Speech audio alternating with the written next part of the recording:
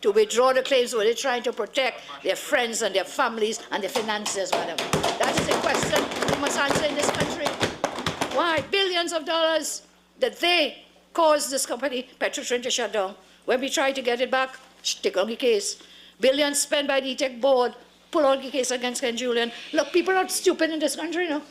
People see all your shenanigans, they know what is happening.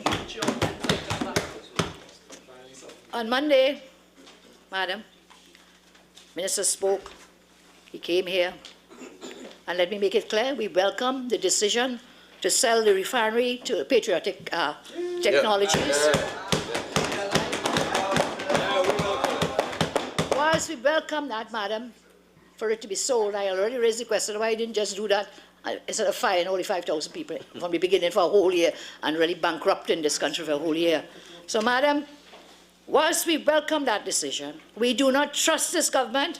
We feel that they may, in fact, be setting up the workers in the country. And I'll share with you why. One point only, because others will come forward. On Monday, Minister came here, repeated ad nauseum, the same announcements he had made about the whole thing happening up to the decision to sell the Petrotrin, to sell the refinery. Okay, remember he came here on Monday, madam, and he said it was going to be sold debt-free. Debt-free. Is that really true? Madam Speaker, fortunately we live in the digital age in some cases, in some instances here, and anyone who wants to see can go up on the website of the company's registry and they will find this. They will find a deed of debenture dated 28th June 2019, made with First Caribbean International Bank as agent for the Bank of New York. And on the other party, on that deed, are all three companies which replaced Petrotrin. Deed of debenture, all three companies that replaced Petrotrin. These companies, together, they took mortgages to secure the sum of approximately 8 billion TT dollars. These companies together took mortgages to secure, as I said, at 8 billion. When the government took the decision to close down Petrotrin, to chop up the assets into these separate companies, they did not tell the country that they were going to mortgage away the assets of the people of Trinidad and Tobago. The people's assets held by these companies include the refinery, the tanks, the ports, the pipes, the lands. These are all pledged as security for this loan. That is what the deed of debenture is telling us. They pledged away our national heritage and patrimony, unpatriotic action of a government against its people. The minister should answer, how is the refinery going forward debt-free in the face of the debenture? Who will be the new guarantor of the loan? Is the taxpayer going to repay this 8 billion loan created by dear friends Malcolm Jones and Ken Julian when the refinery sold? Is the union going to pay this loan? And did you inform them of this charge against the assets? Are you setting up the union for failure? We need answers in this matter.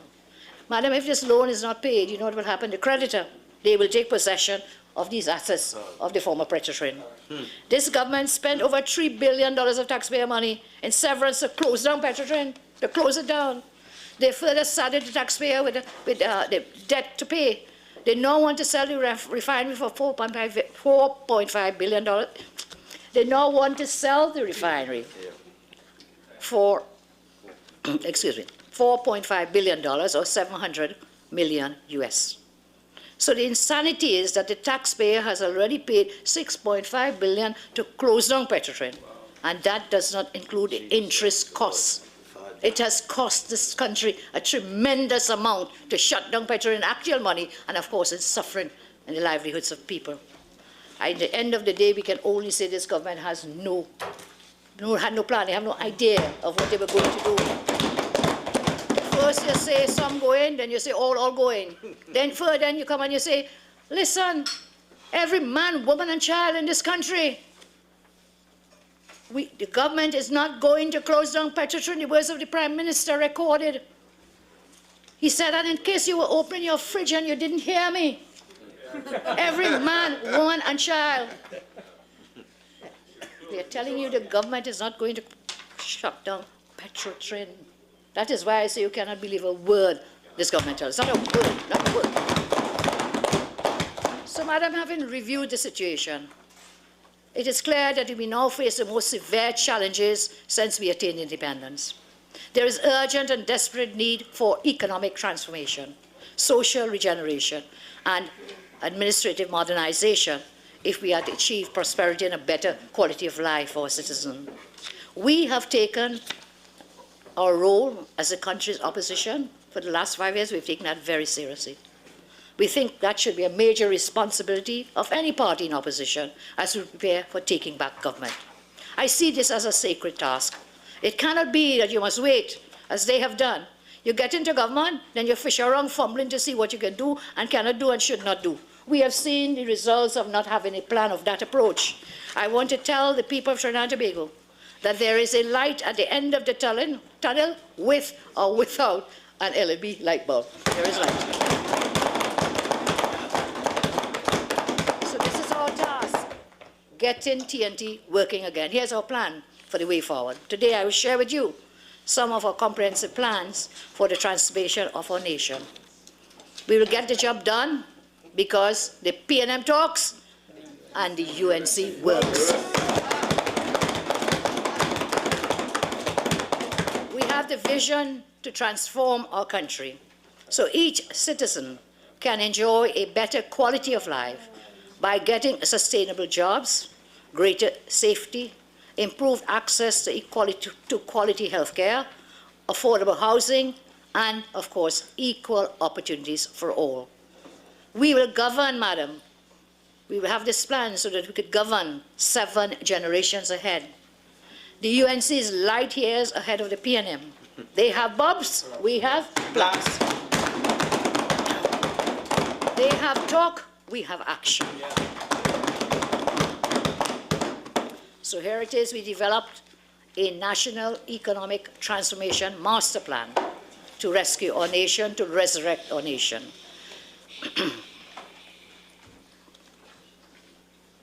The new UNC master plan lays out a comprehensive suite of policy initiatives and programs to resurrect the economy. Plan at the top of the list priority, we will create 50,000 new jobs. Yes. We did it in our last term. We have a track record. It means we can do it again. Madam, this plan was formulated from insightful views and consultations with key stakeholders and experts. And we have it also aligned to the UN SDGs, the Sustainable Goals, which the International Committee endorsed as the policy framework for a world free of poverty. In other words, we have aligned our plans with those development goals from the UN. For far too long, our country's economic fortunes have been too dependent on the energy sector. And there has been nothing in the minister's various budgets and the government's plans, or no plans, for breaking this dependency. Transformation and new business development are at the heart of our plan. While we continue to hold strongly that the energy sector will still help development, we do believe that we must go and grasp projects in the non-energy sector. Our plan embodies a business unusual spirit. The private sector in our plan is being called forth to take the lead in strategic projects, while a new UNC government will play a facilitative role. Let me repeat, a new UNC government will play a role in facilitation.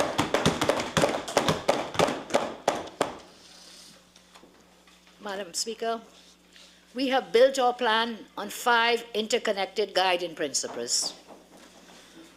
Principle 1, people-centered development, getting people back to work. Madam Speaker, I will give the main headings for the principles on which we based our plan, and my colleagues will develop those for me.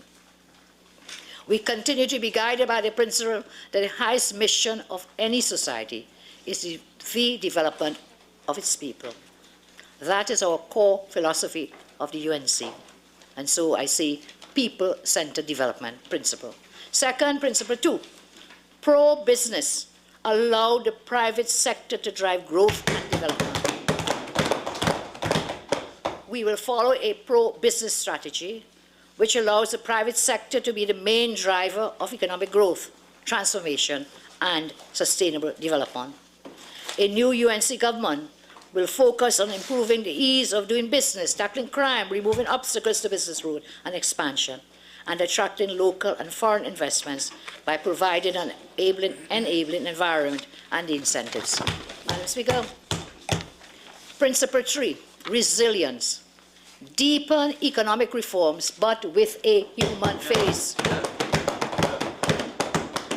That is a powerful source for sustainable development. And so we, a new UNC government, will focus on improving our economy's resilience to future shocks, bringing the budget into balance, stabilizing high public debt, protecting our external position, and safeguarding financial stability.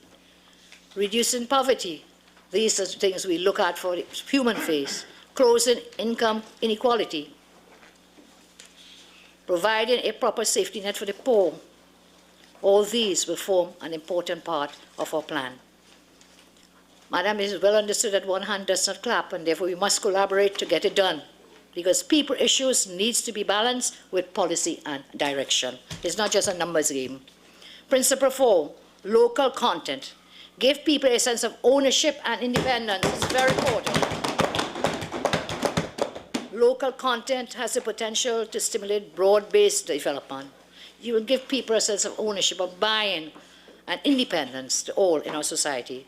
So therefore, all projects will include opportunities to maximize local content and local value added through jobs, skills training, procurement, goods, services, technology transfer.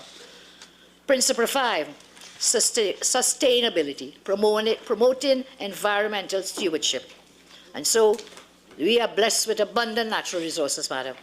Forests, wildlife, rivers, wetlands, coastal, marine ecosystems, of course, the beautiful Caribbean, blue Caribbean Sea. We are blessed with tremendous natural resources. But the natural environment is being the foundation of our well-being is being seriously eroded. And so we must deal with environmental issues, and I'll give some details in terms of the environmental plans. So those are the 5 principles which underpin, they form the foundation blocks of the plans that we will put out. I turn now to the actual master plan. National security. I've put this first, madam, because it's always said if you're dead, you can't enjoy any of the other great things in your country. This rowdy regime has been a total failure when it comes to the protection of our citizens.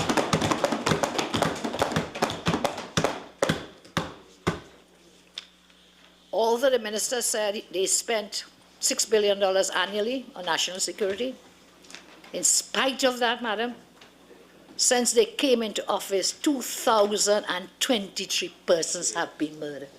2,023 persons, madam, murdered, and the crime continues.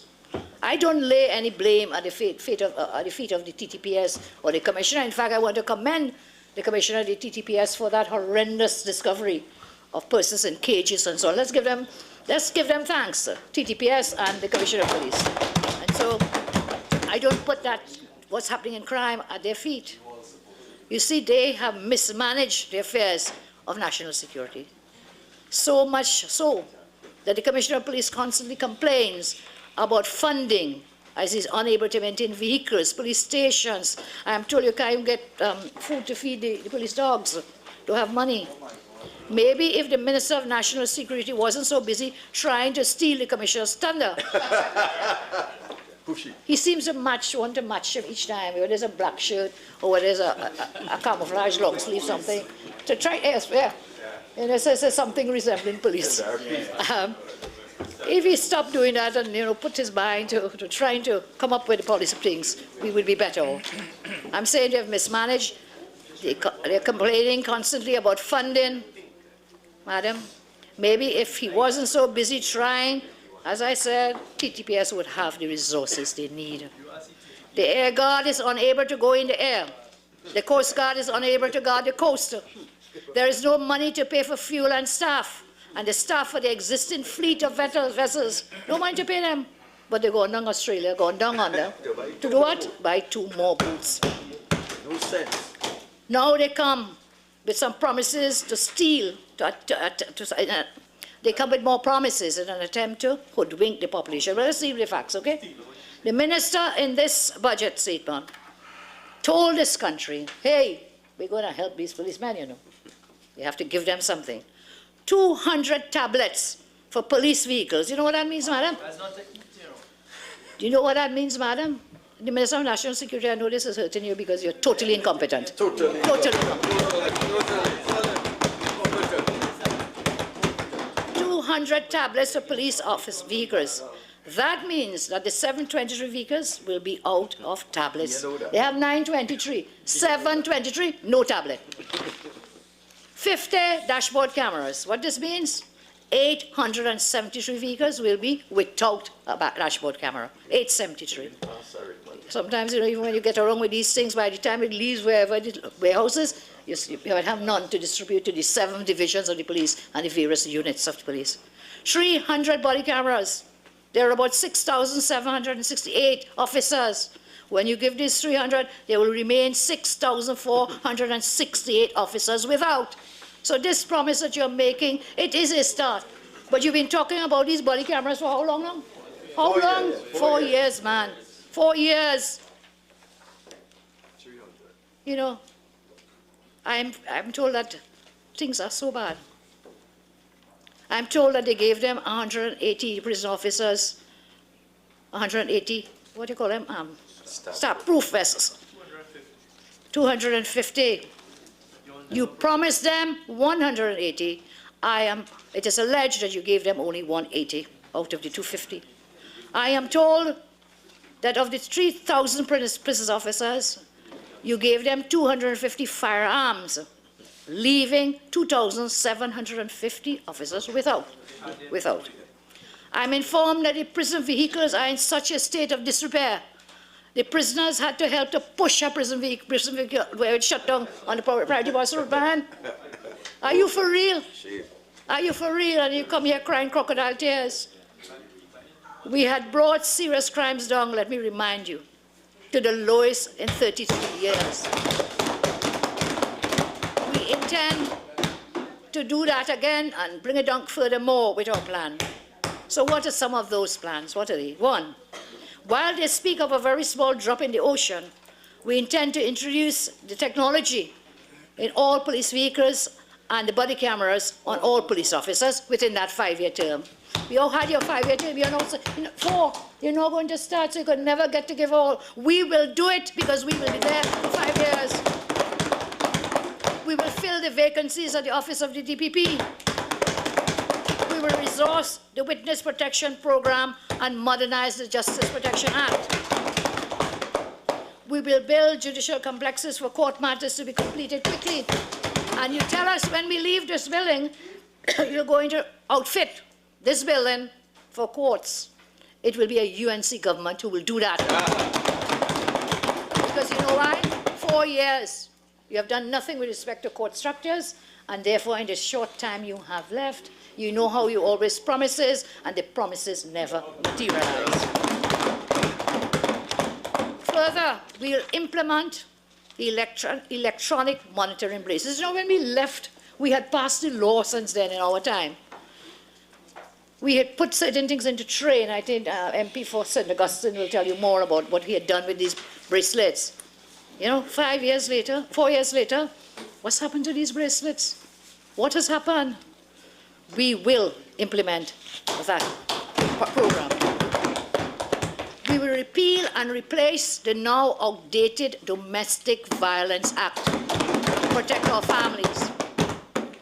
We will establish a proper National Operations Center as it was originally designed, instead of this watered-down version that exists where you pick them up and you put them on the SSA, is it? Yeah, under the SSA. We need a standalone National Operations Center, man. This is first world. This is first world, where that center will have it minute by minute, will know everything happening in the grid in the country, and therefore be able to instantly respond. Yes, to respond.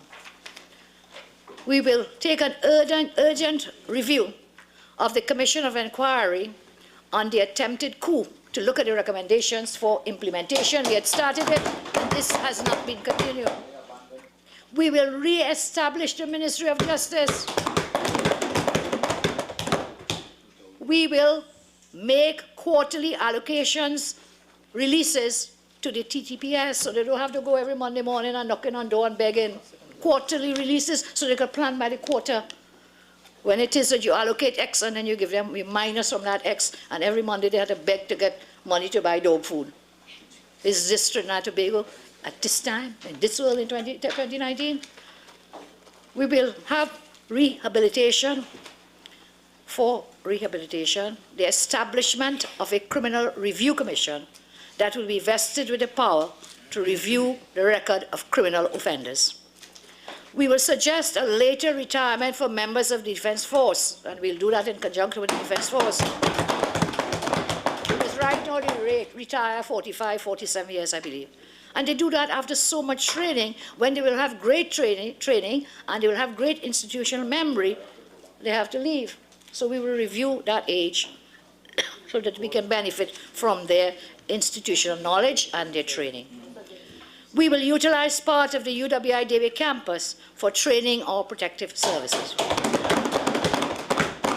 At this campus, law enforcement officers will be able to pursue a diploma or undergraduate and postgraduate degrees.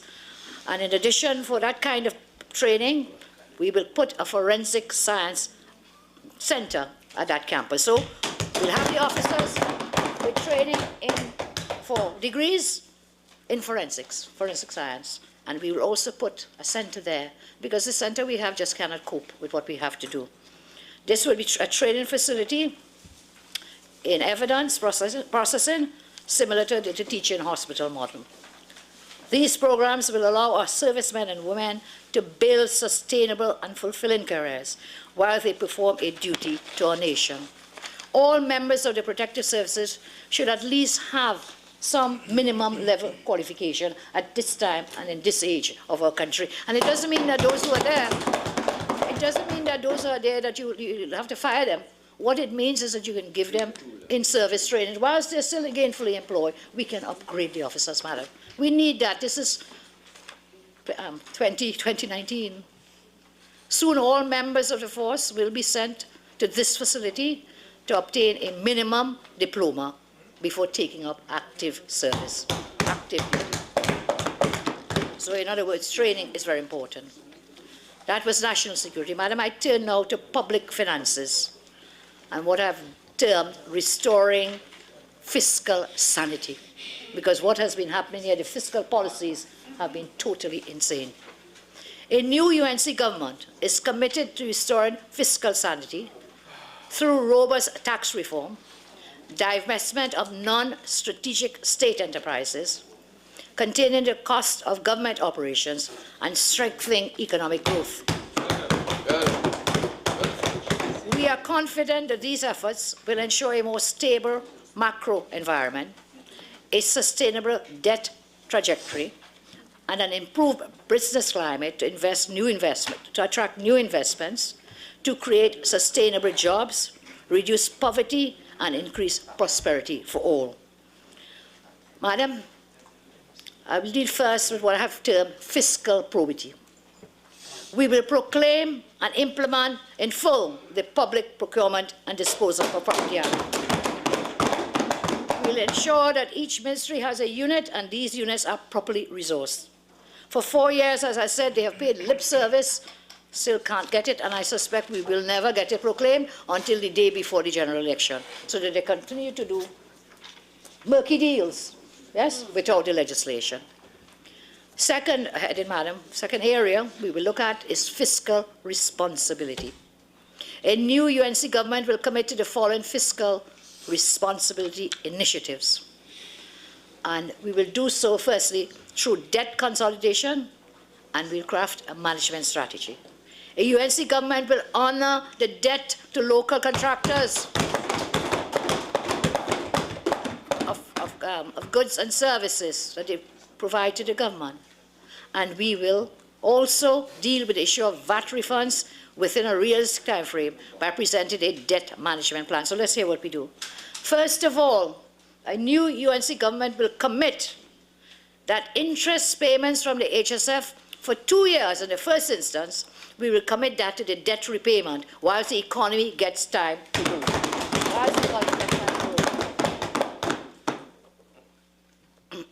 We will address the issue of consolidating indebtedness into longer-term debt, determine how it will be publicly presented to reflect the true debt position. I talked to you just earlier about off-book and on-book, and therefore you never know what's the true picture, so that we can publicly present the true debt position, whilst at the same time consider the extent to which this will affect international credit ratings.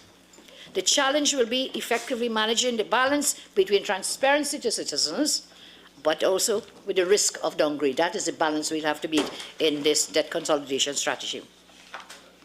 The UNC will engage the Credit and Multilateral Agency about the debt management plan. The new UNC government will establish a formal fiscal debt targets and communicate these to the market and the general public. We intend to run a balanced budget position over 2020 to 2025 and to stabilize public debt at about 60% of GDP by 2025. We will fully integrate the HSF into the fiscal framework. The legislation governing the HSF will be amended. They promised it. 4 years have come and gone, nothing happening. The legislation governing the HSF will be amended to delink the current integrated stabilization and heritage aspects of the fund, to separate them. The stabilization mandate of the HSF will be explicitly linked to support the budget, while the heritage mandate will be aligned to supporting national development for future generations. We will establish an investment policy for all funds held by the government. And that investment policy will ensure that these various funds obtain reasonable returns within certain agreed parameters. The funds will be managed by a specially established unit within the Ministry of Finance, and the Minister of Finance will be required to report to Parliament on the performance of these funds on a periodic basis. Too much government by secrecy. Too much government by secrecy. We are committed to transparency and accountability to the public. That is totally opposite to those on the other side. Restructuring state enterprise is another area in which we can restore fiscal sanity. There are about 100 state agencies and statutory authorities and their subsidiaries operating across the economy on behalf of the government as owner or part owner. This is massive state involvement.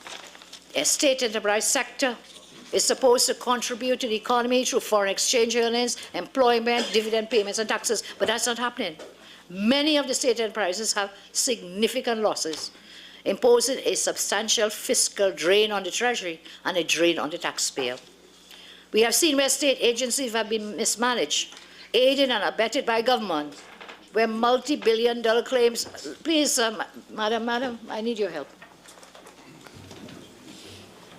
Okay, so again, I just want to remind members that the chamber ceiling is low, so we have to speak in hushed tones, no long commentaries.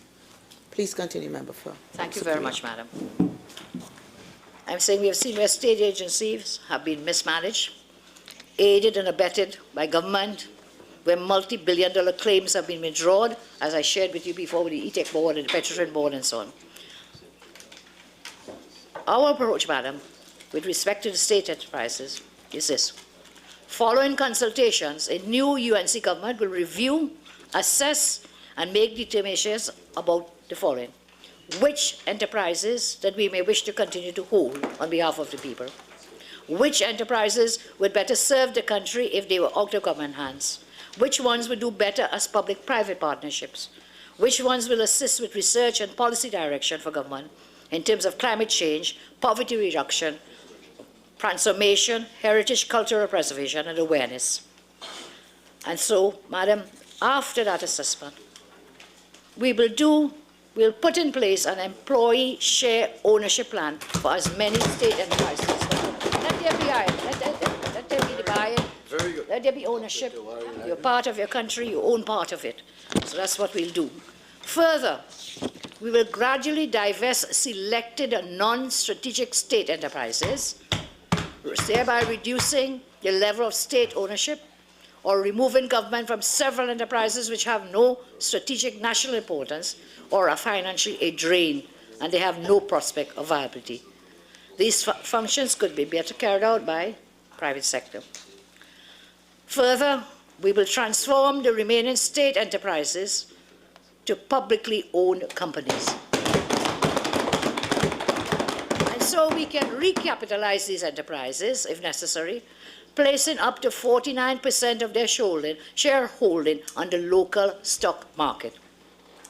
This will give citizens an opportunity to have a stake in their state enterprises. It will dramatically, I think, Madam, with due respect, it will dramatically, can I please have, can I get the 52, Madam Speaker.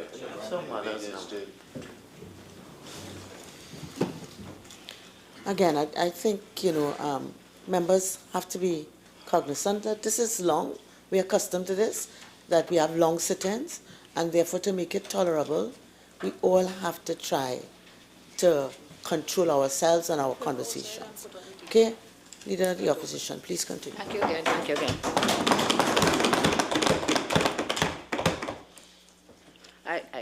I just said one of the things we will do is to place about 49% of government's shareholdings on the local stock market, so to give citizens an opportunity to be part owners. They will have a stake in our state enterprises, and I've said, this is where I got to, Madam, this will dramatically reshape the notion of economic participation and wealth creation. We will ensure that publicly owned state enterprises are run efficiently by private sector firms. We will tender the management of these companies to private companies in an open tender under the proper procurement law that would be placed. And we will have clear pre-qual and evaluation criteria. We will step away from government interference in these enterprises and negotiate performance contracts with successful private companies to ensure that these entities are run efficiently while government receives payments through taxes and dividends from the profits that are generated. In that way, earning more revenue. That's how we can do it. We must engender a business development approach with strategic financial objectives, and failure to meet those objectives must have review and repercussions. Decision makers must be held accountable for their actions or inactions. And the bottom line is that these companies must be profitable. The old days are gone. Similar to the debt workout strategy I talked about for public sector debt from the central government level, with respect to the state enterprises, we will undertake a debt workout strategy for selected enterprises. State enterprise debt, of course, is a contingent liability, it's an off-book, you don't see it. We'll have to start to put it on the books and let people know what's happening. And therefore, we'll take that debt of selected enterprises and we'll put them in a special purpose vehicle that will undertake a full debt restructuring program.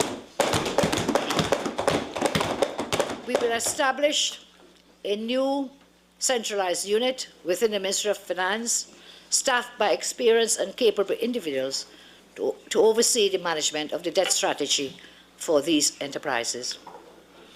A special task force will be established and mandated to implement the debt workout strategy. I turn now, Madam, to our plans for reforming public utilities. There's a greater need for a better quality of service across the board in our utility sector. Taxpayers should not be paying bills for a service that many of them do not receive. If we are asking citizens to do better, the state has a responsibility to do even better because of the social contract we must have with our citizens. All these utilities have accumulated significant losses and therefore significant debt being a drain on the Treasury and on the taxpayer. WASA and TNTEC are in dire financial strains. The business models of all our public utilities have not been successful. Since these utilities perform essential activities, their transformation should not be done in the same manner as the other state enterprises. And so we must ensure that the delivery system for water, wastewater services, and electric supply is reliable and cost-effective. A new UNC government will do the following: improve the operational efficiency of WASA and TNTIC, setting clear goals and targets, and following up with accountability, which will be the mantra across the board. We will also undertake a debt workout strategy for both WASA and TNTIC. We will place the debts of WASA and TNTIC in a special purpose vehicle to undertake a full debt restructuring program. We will work with the IRC to strengthen the current regulatory framework for WASA and TNTIC to better protect consumer interests about price, quality, and reliability to be delivered to our citizens, and also with respect to delivering targeted subsidies, madam, and lifeline tariffs for the poor and lower income groups. We will carry out similar reform efforts to improve efficiency and performance of PTSC and TTPOS. I turn now, madam, with respect to reducing the tax burden. I said earlier when I identified the problems, this was one of the problems, the tax burden on other people. This government has implemented several non-energy taxes, making the taxation regime more complex with a heavier burden on those who can least afford to pay, and made it even more difficult for government to collect taxes, madam. A new UNC government will restructure the non-energy taxation regime, so to make it simpler, fairer, and pro-growth. The non-energy tax system will move away from one based on tax and income to a broad-based regime which taxes consumption on goods and services. And therefore, a new UNC government will strengthen, re-engineer, and transform the Board of Inland Revenue, the VAT Office, and Customs and Excise. That strengthening is important to improve revenue collection and address weaknesses in tax administration and compliance. The minister told us that I think his first budget will bring an army of tax collectors. I don't know if that army ever arrived. I really don't know. Bring an army of tax collectors and will increase the tax revenue collection. And as I told you earlier, that tax revenue has declined in spite of all the new taxes. So we talk about strengthening and re-engineering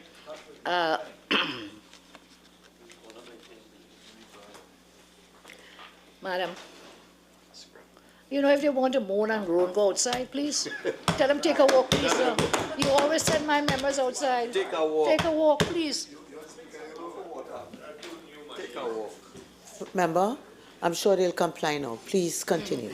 Don't be distracted with your precious time, please. I thank you, madam. May I say, I don't want to go against you, but it's this. It's not that they distracted me, it's that I have to raise my voice louder in order to talk over their noise. So I thank you for your protection. Yes, madam. And you, as I'm talking about the VAT office, customs and revenue offices, to increase weaknesses in tax compliance and administration. So they will bring in this army of tax collectors, ever happen, and so on. They now tell us what they want to do. They didn't now tell us. They told us only first year. 4 years later about revenue authority, revenue authority, revenue authority. Madam, we will scrap the proposed revenue authority.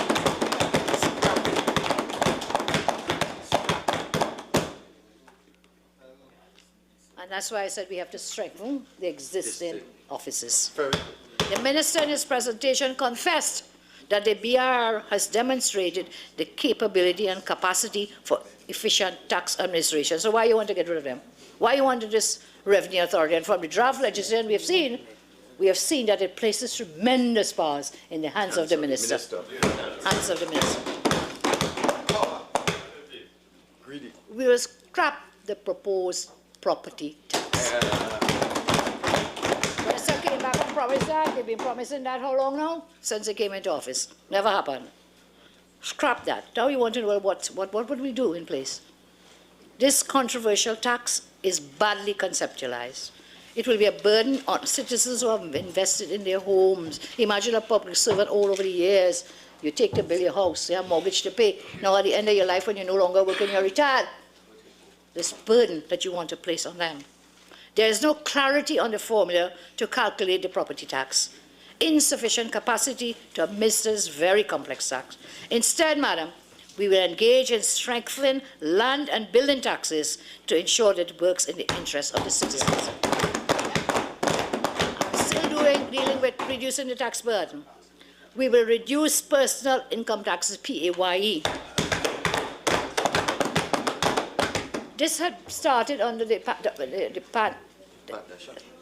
administration of former Prime Minister Pandey and Minister Quaitum about how you go about doing this on a gradual basis.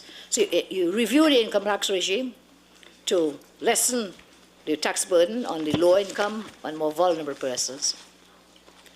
And we do that, as I say, on a gradual basis. So the ceilings, we will set the ceilings, madam, at a different level and at different rates. At the moment, everybody has above a certain, you have to pay 25%, but we are of the view that for the more vulnerable, that we should give a different kind of growth, so more to come on that.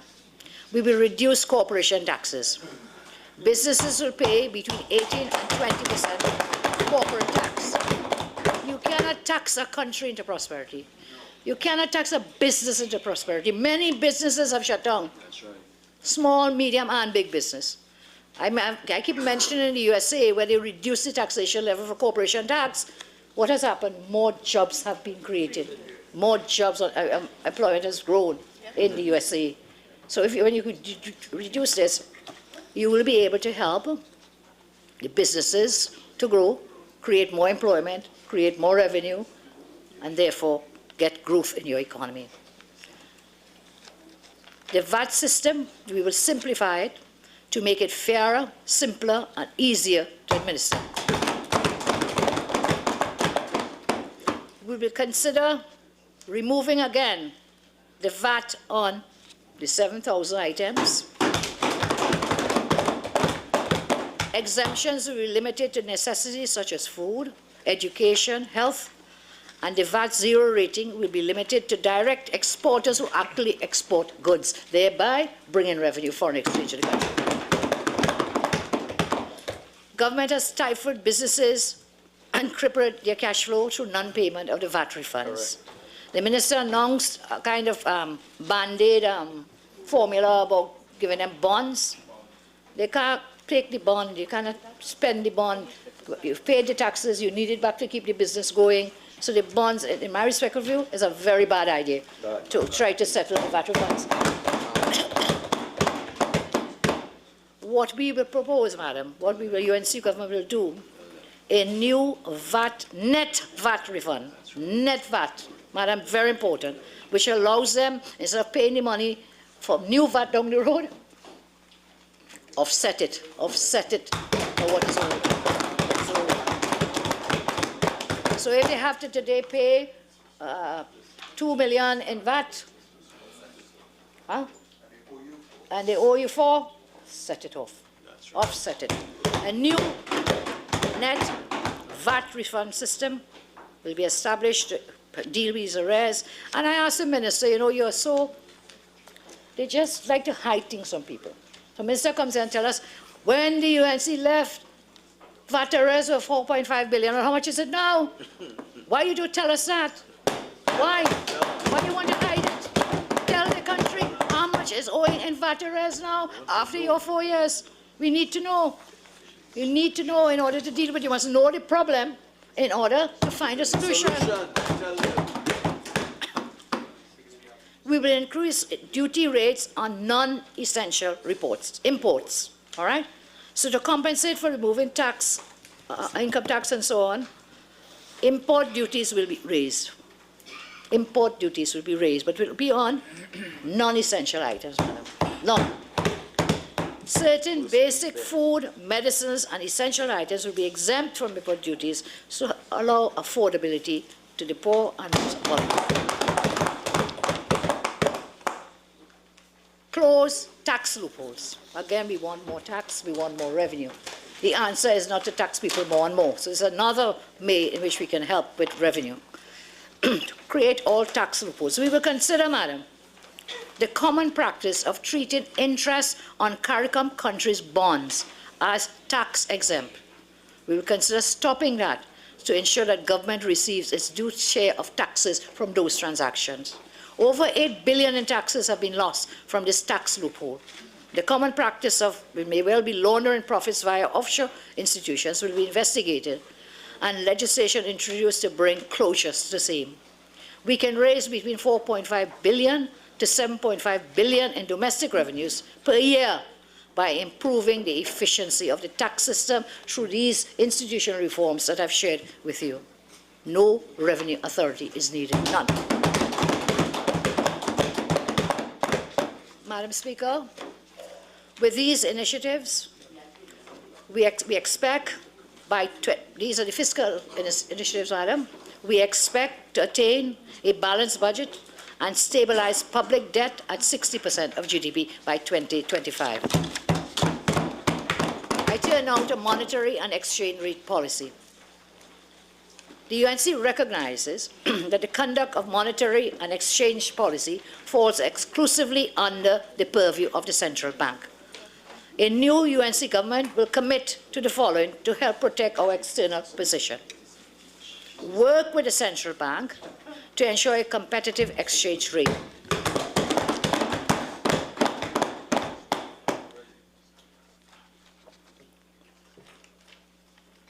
The Minister of Finance will work with central bank to make sure that our exchange rate is competitive, eliminating the current dirty managed float and allowing market forces to operate within a crawling band.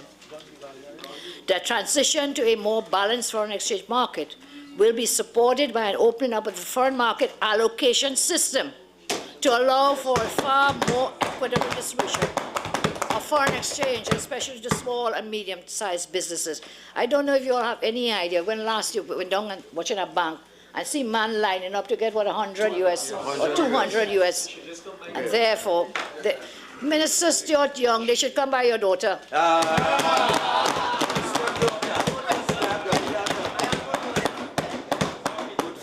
Now, member, now you see, this is what happens when crosstalk gets out of control, okay? So that, may I ask that we all respect the standing orders. The Leader of the Opposition, you will direct your contribution here. Members, in terms of comments, please restrain. It's a debate. You will get your opportunity to stand and speak. Member, if you just withdraw that statement and let's proceed, please. Monetary and exchange rate policy. Just. Oh, I'm sorry. No. Wait. It is not. It is not if she. Okay, we remember that we call each other by our portfolios or the constituencies which we represent. So, Leader of the Opposition, I ask you, just withdraw that statement. Don't let people lead you down a path that you know much better than. Sure. Okay, please. I like so, but I will withdraw the statement. I will withdraw it. I totally withdraw it in this House, Madam. That's what's going on. That's what's going on in this Parliament today.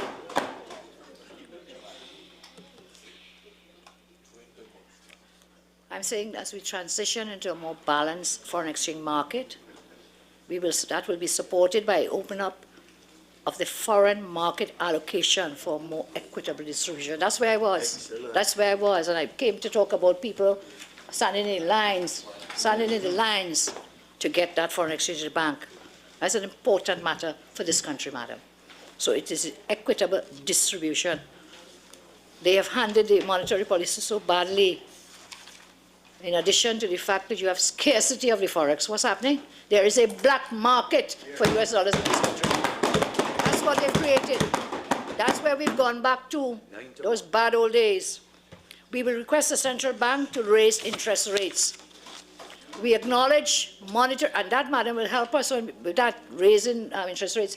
It's because if your interest rates are better, you will invest your money, you will save, You will not take up your money and send it somewhere, because when you get in such a low interest rate here, what happens? There will be a competitive rate, you will get more money, more returns on your own money. We acknowledge monetary policy consideration by the bank are always finely balanced against lowering inflation, safeguarding the balance of payments, and supporting economic growth. There is a fine balance. The Minister of Finance will request the bank to have monetary policy cooperate with fiscal policy as far as possible by raising the repo rate. This will send a signal for the transmission of higher and rising interest rates throughout the financial system, including an increase in savings, as I said before, and deposit rates. Higher domestic interest rates will help to limit capital outflows, improve our foreign exchange availability. This will also help depositors and pension funds struggling with real negative returns in the low interest rate environment of the past decade. The UNC recognizes the need for closer coordination between fiscal and monetary policy to achieve and maintain macroeconomic stability. Madam, with these initiatives, we expect by 2025, we'll build up international reserves to US $10 billion.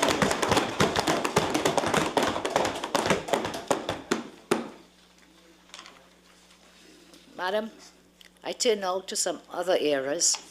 One of the most pressing issues of economic transformation,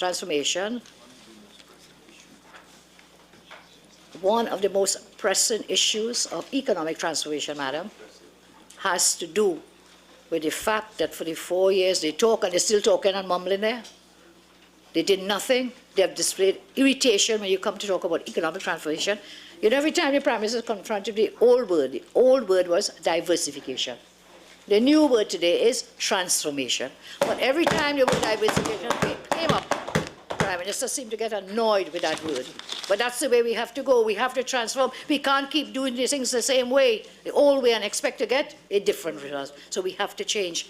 And one of the main pillars then, madam, is for transformation, we see is in agriculture, to create a food-secure nation and to create jobs.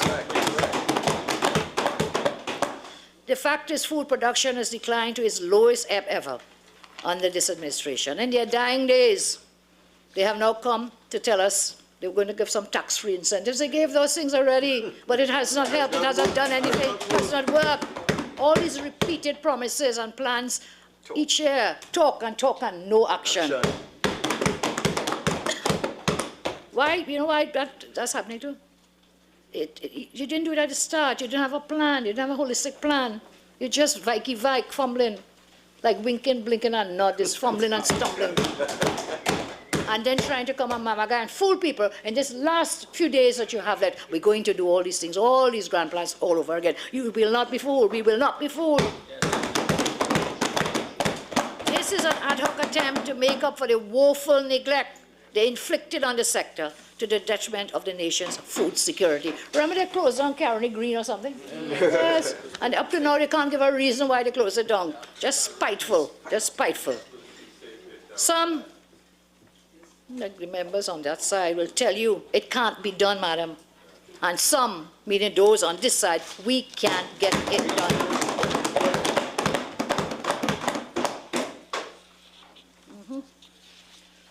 Madam, by reducing our nation's high food import bill, and I said that is $6 billion, about $6 billion, agriculture will annually save us that $6 billion if we can reduce these exports, these imports of, sorry. It will also save precious foreign exchange. It will also generate foreign revenue because we can export, so we'll import less, but we'll export and get it. And of course, it will help to create jobs, and it will help in the fight against climate change. Agriculture will be the foundation of food security in our land. We will make it more attractive and commercially viable by implementing the right policies and institutions and ensuring that the necessary budgetary resources and land are available. Right now, what the farmers are crying about? You come to give them tax incentive. What are they telling you? What are they saying? Look, you must have land tenure and we don't have land tenure, and the state for 4 years has failed to put it into place where you create tax incentive. But that tax incentive is only for those with land tenure. Land tenure. So again, pie in the sky plan. Pie in the sky plan. Why didn't you come and say we will work swiftly to deal with issues of the land tenure, to process the applications? So you can't put it, what is it, the cart before the horse. You're giving the incentives, but not, when they can't even apply for the incentives, not having the required qualification of land tenure. And you know, it's very interesting. I said we'll make it more attractive in agriculture and commercially viable by implementing the right policies and institutions and giving it the necessary resources. You know, imagine, I was stunned a little when the minister stood up to tell us, for the first time in our history, and this is an achievement on the agriculture, first time in our history, his Prime Minister, the first Prime Minister with an advisor on agriculture in the office of Prime Minister. This thing was so unreal. This is so unreal. It's like a fantasy movie. You know what? For the first time, that's an achievement in agriculture. You know what I want to ask him? Ask them? Tell me this. Can you tell me what that advisor has achieved in this critical sector? Because everything has done. But you know what? More important, was that the same advisor who advised the Prime Minister to say, we cannot do agriculture because we have no land? No land. I remember that. What nonsense does Minister Imwood likes to say? Nonsense. Nonsense. We will revitalize traditional viable agriculture industries, such as sugarcane, so the traditional ones, cocoa, coffee, citrus, rice, and dairy. But we will also go into non-traditional commodities in which we have a comparative advantage and where there is significant market opportunity. You know, their vision is they're so short-sighted, all this laughing going on there. You know, they're shut down veteran, which is to export things, so we got money, we got foreign exchange. To do what? To import the same things, the fuels and the processed products, the lubricants and so on. They shut it down, but they did the same thing with Carney. You're laughing about sugar now. You shut down Carney, and now we have to import sugar. What kind of wrong side policy is that? Shut it down. And then laughing when I talk about sugarcane. I'll show you just don't know what to do. Forgive them. In other countries like Brazil at that same time, whilst you were shutting down the thing, in Brazil, they were taking it to make stock feed. Use it for so many things you can use it for. It didn't just have to be for sugar. So here we continue, madam. Non-traditional things now. We will go into non-traditional commodities, and those are things where we in this country have a comparative advantage, and where, of course, we have the advantage, but we must also have market opportunities. This means encouraging the development of agricultural cooperatives in which small growers and others in the value chain can come together to pool resources, lower risks, and own the business venture in collaboration, where needed, with government. A new UNC government is committed to the following initiatives. 1, swiftly resolve all outstanding issues regarding former Carney workers and cane farmers. Whilst we had to file a court case on behalf of those cane farmers to get access to, which case we won the case, for cane farmers to get the EU funding, the tranches of, the further tranches, all has not been done because the case, there's so many of them, so the cases were filed on behalf of some of them. So we will pay the cane farmers in full from the second and third tranches of the EU funds that were legally mandated for that purpose. We will lease 25,000 acres of Carney lands to create agricultural parks to kickstart new agriculture. We will lease 25,000 acres of the same to registered farmers and private sector investors to create agricultural parks in strategic locations. We will put idle lands to work. These parks we propose to be of a minimum of 100 acres with the necessary infrastructure to focus on local crops, new ones, that we can substitute for imported food. We can also use them for organic superfoods and non-traditional export crops. We will redirect the CPEP to provide labor and infrastructure to the farming community in these parks. I am sharing the specifics with you today, so do you understand the plans and policies are in place. There will be no honeymoon period when we get back into office. And truthfully, our country cannot afford to waste any more time. We have wasted 4 years already. 4 years already. We will align the PSIP to upgrading the physical land infrastructure. A new UNC government will devote at least 10% of the PSIP, or some 500 million per year, to develop and improve agricultural access roads, irrigation and drainage for these parks. The road infrastructure will be enhanced to reduce transportation costs between farmers and their farms, the processing plants, domestic consumers. Members, again, you know, I'm hearing a buzz. I don't know where it's coming from. Please maintain the buzz.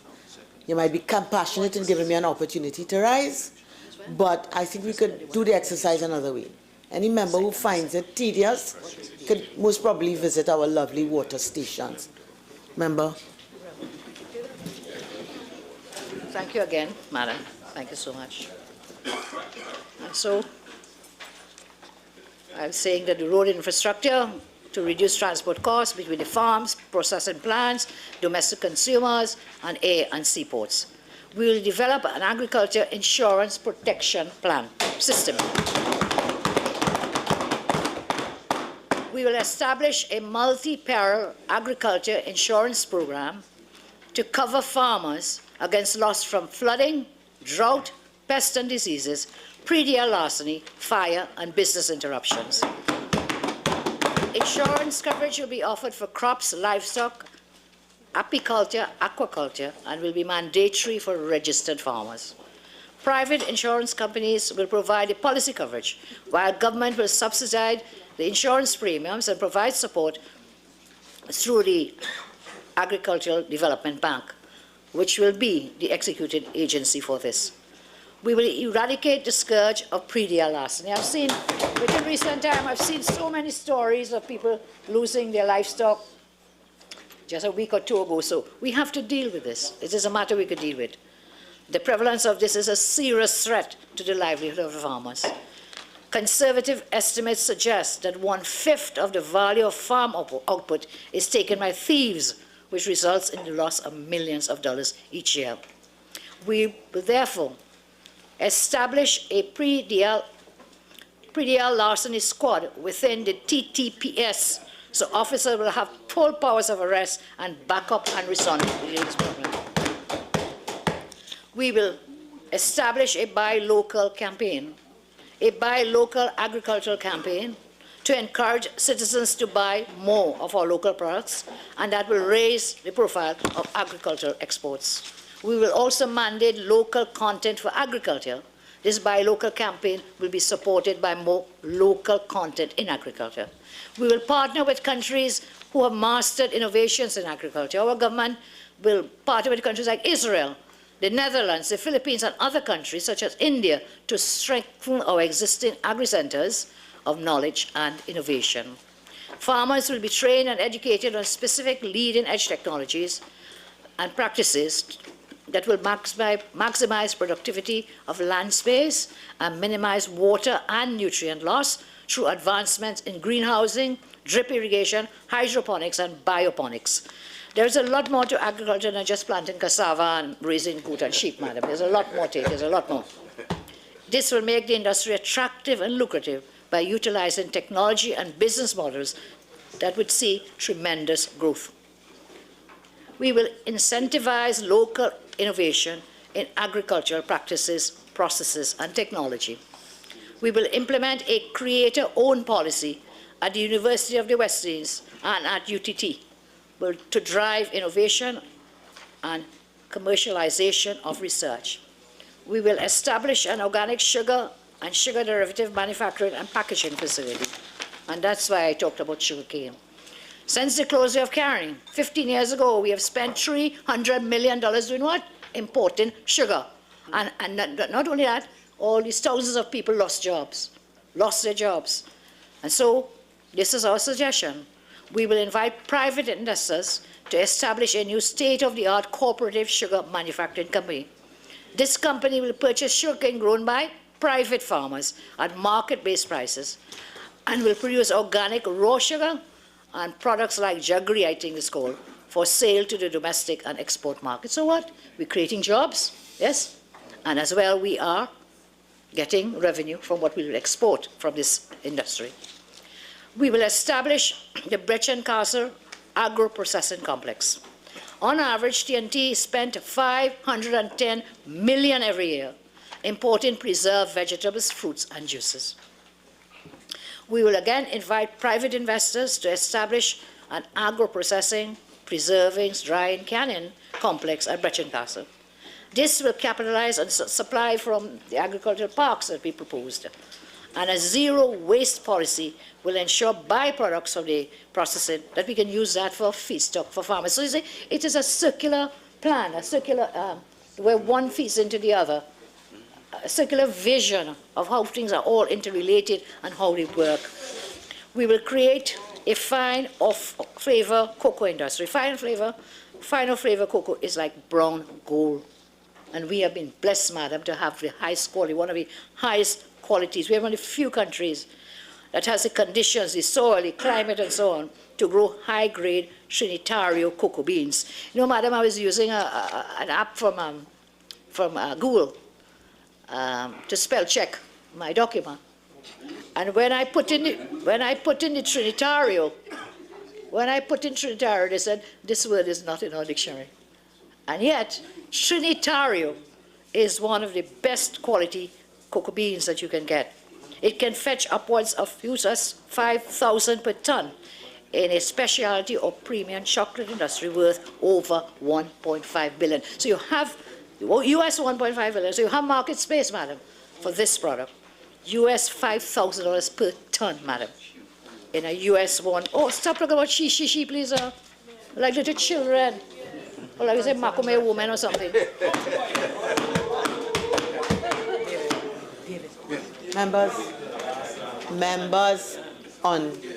Members to the front, again, I caution you all with respect to the charter. Member for Superior. Thank you very much.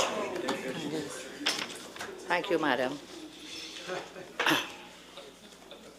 We will work with the Cocoa Development Company, cocoa farmers and stakeholders to create fine flavor cocoa products for the high-end international chocolate market. I didn't know what time I'm finishing. Yeah, thank you. The expertise from places like the Netherlands, which is the world's leading cocoa processing nation, will be sourced to establish private cocoa processing facilities in major cocoa growing communities like Vancouver, Tortuga, Moruga, Kumotu. We'll also make available the technical services of the Cocoa Research Unit and the Germplasm Bank at UWI, St. Augustine, to create a genetic bank for all the Trinitario cocoa trees on the island. Our country now, we come to the rice industry, we will have to rescue this rice industry. We spend, madam, $135 million every year to do what? Import rice. May I say, when I was growing up, I planted rice with my grandmother. And many people were farming rice. All that is gone. The curse of oil and gas. So people stopped producing the things that they eat and decided to import all. We add up all these things that we import, which we can grow here, which we can do here. You see how much you're saving in foreign exchange. You will create jobs and you will save foreign exchange and you will make foreign exchange by exporting some of these things. So we spend $135 to import rice. We will work with rice farmers and other stakeholders to rescue this industry. It is on the brink of, I think it's collapse. I have here is brink, but I think it's collapse. Major problems contributing to the rice industry's crisis involves lack of seed supply, recurrent late government payments to rice farmers, and the uncertainty surrounding the planned divestment of the rice mill at Carlson Field that processes the farmers' paddy. A new UNC government will join the Latin American Fund for Irrigated Rice to obtain new rice seed varieties and technical service, and supplement supplemented by certified rice seed production on 200 acres of land at El Carmen. We will bring lands into rice production. We will invite private investors to establish a new rice mill and parboiling operation. We will revise now, as well, I turn to the livestock industry. On average, we import meat and meat products. You know how much of money for the year? $745 million in meat and meat products. Can you imagine if we can rescue the livestock industry?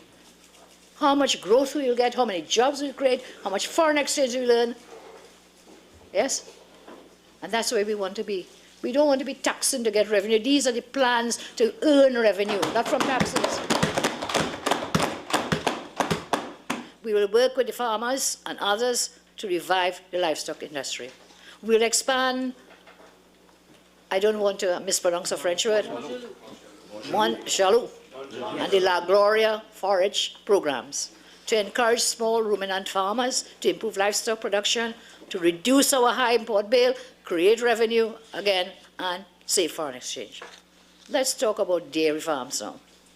We import about $655 million in milk and milk products. That's how we get food import bill is about $6 billion a year. $6 billion, you know how much you could do with that? How many hospitals and schools and textbooks and so on? So we import this.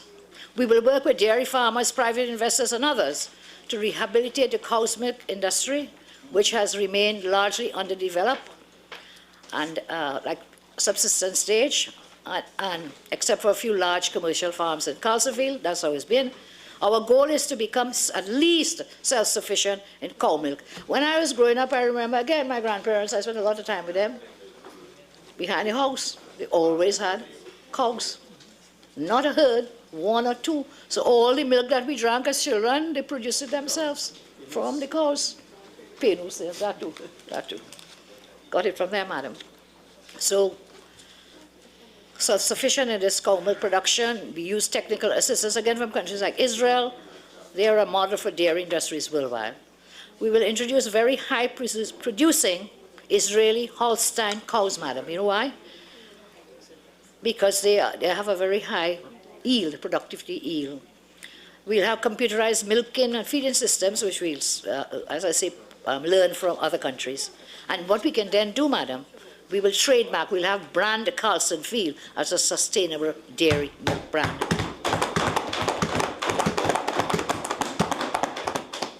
We will develop the dairy goat industry, working with farmers and stakeholders to get a more vibrant dairy goat industry.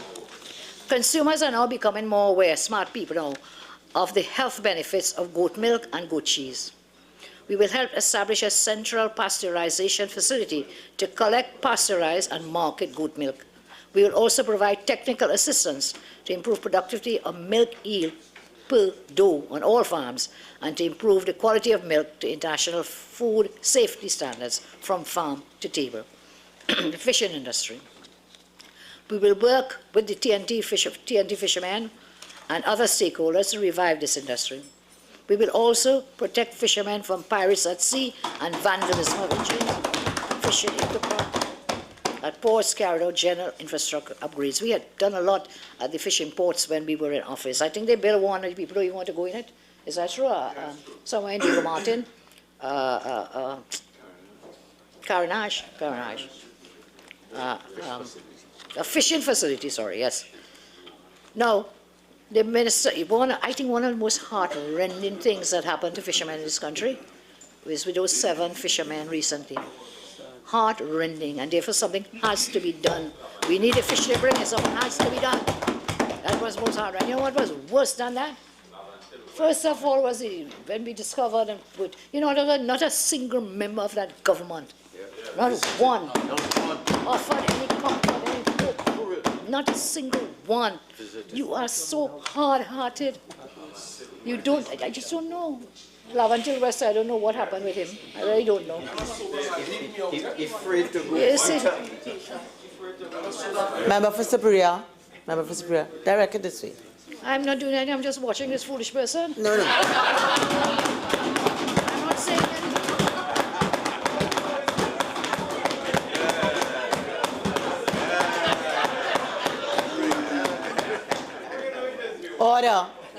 Order. Member for Superior. Just withdraw the comment directed to your colleague on the other side, and let's proceed, please. I withdraw and carry on. Fishing industry, revive. You see, madam, Take a walk. you will not get him to withdraw. When you have been drunk in the Senate, you didn't say nothing. Member for Princess Down. Take a walk. No, Take a walk. no. We are going to start afresh from this moment. All that has happened, we're leaving it behind. And we now are all going to comply by the standing orders. Member for Superior. Thank you, madam. Thank you so much. It hurt in them. The truth hurts. The truth hurts. The truth hurts. I move on to the coconut industry. Global demand. Madam, please put him out. Please, please. Take a walk. Take a I'm not walk. hearing anything. He's repeating exactly what you asked him to withdraw. I am not hearing anything. Let's continue. Everybody else here. I'm sure the Hansard reporters will Member- report it as they reported Rudolph Member for Mundla's Superior, I'm on my legs. Please continue. I thank you again. Coconut industry. Global demand for coconut products is growing at a rate of 10%. So that means there's market space, market opportunities for coconuts. Suppliers cannot meet demand for high-end products such as coconut water, virgin coconut oil, and so on. There are strong niche markets emerging for coconut-based snacks, milk, yogurt, ice cream, coconut flour, and coconut sugar.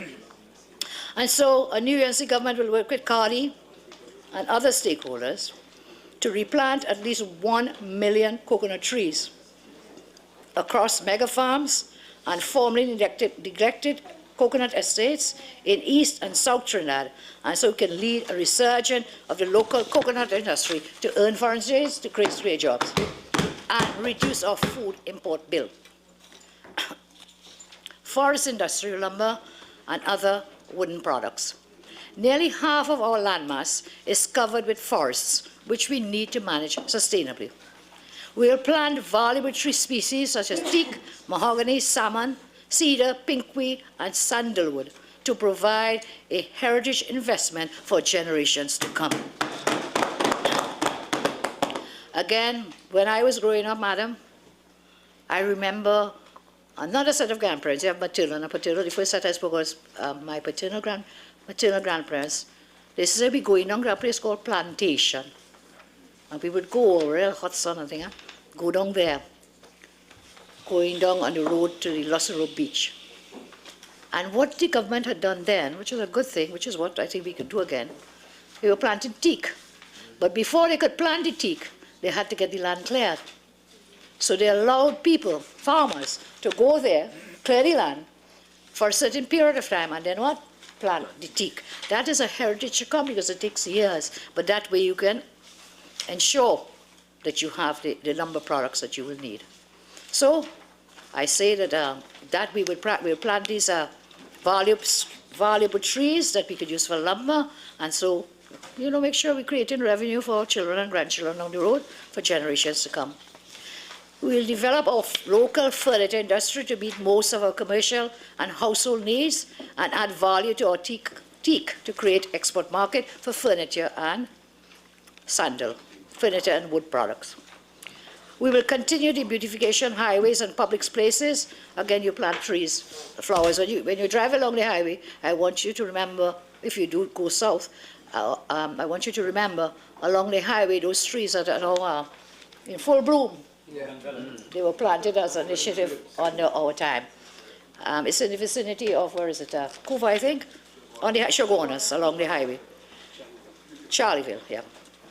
All right, we will also capitalize on growing global demand for non-traditional food products. We will work with farmers and private sector investors to capitalize on the demand for non-cropped, non-traditional, and these are like hot peppers. I'm told any hot pepper you could grow for export, it is snapped up very quickly. Hot peppers, avocados, mangoes, soursop, breadfruit, pineapples. We will streamline both the Agricultural Development Bank and NAMDEFCO and strengthen their operations to better finance agricultural projects on a more timely basis, and therefore we could properly export these commodities onto international markets.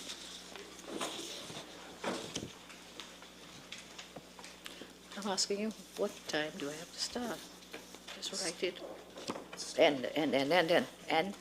Madam, under the agricultural initiatives, with these initiatives, we expect by 2025, we will create 10,000 new jobs, cut the import food bill by $2 billion, generate an additional $1 billion in agricultural exports. So we have targets as well, and we will have the time. They just have a couple of months left, so they can't do any of the things promised by them.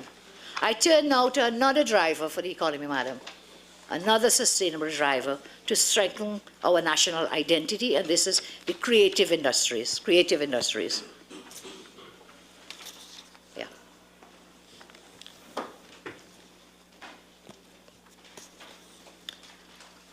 The creative sector, in addition to strengthening national identity, fostering a spirit of unity and diversity, can also contribute enormously to economic transformation and dynamism in our country. Create jobs, madam, bring in foreign exchange, create more revenue for our economy.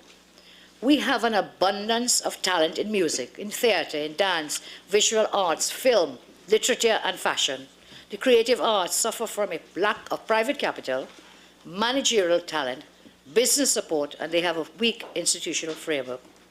A UNC government is committed to the following initiatives to ensure that our creative arts sector becomes self-sufficient and flourishing. A new UNC government will, 1, establish a steel pan manufacturing industry in Laventille, East Port of Spain. We will do this in collaboration with Pan Trinbago and other stakeholders. We will establish a cooperative-type steel pan manufacturing facility, the birthplace of the National Instrument in Laventille. We will incentivize local and regional artists who have global appeal to become brand ambassadors for the steel pan, and encourage local and foreign film producers and directors to use the National Steel Symphony Orchestra to produce musical scores for their films. Let me tell you something. This government, since coming to office, has not exposed these great men and women to any international audiences. This is a great revenue earner. This is the only acoustical instrument we invented, the only one in the 21st century, 21st century. Why don't we use them? The last time they were utilized and exposed internationally was under Minister Lincoln Douglas during the time that we were president.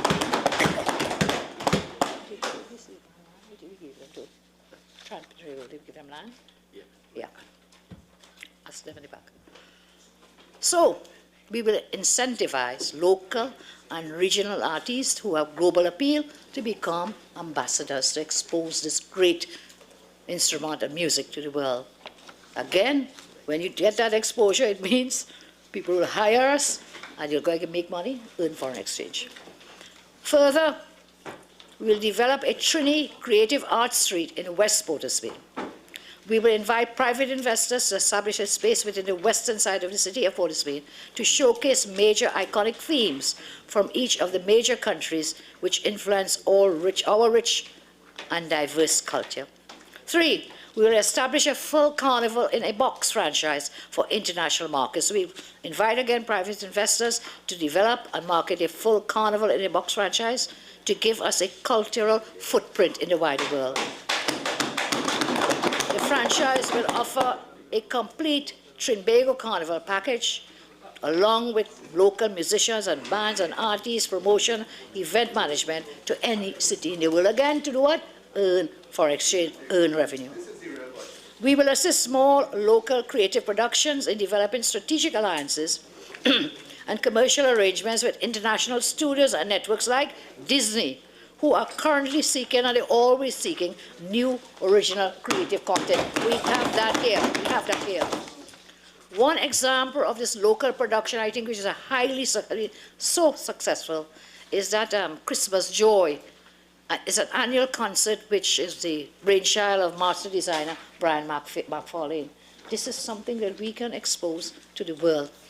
Another example is the Ramleela Community Festival and holiday festivals, Diwali and the Tobago Heritage Festival, all of which have strong economic potential and global cultural appeal. This is what you're talking about. Creative talent to be harnessed in order to earn revenue, to create jobs. That's what we want to do, to create sustainable jobs for the people.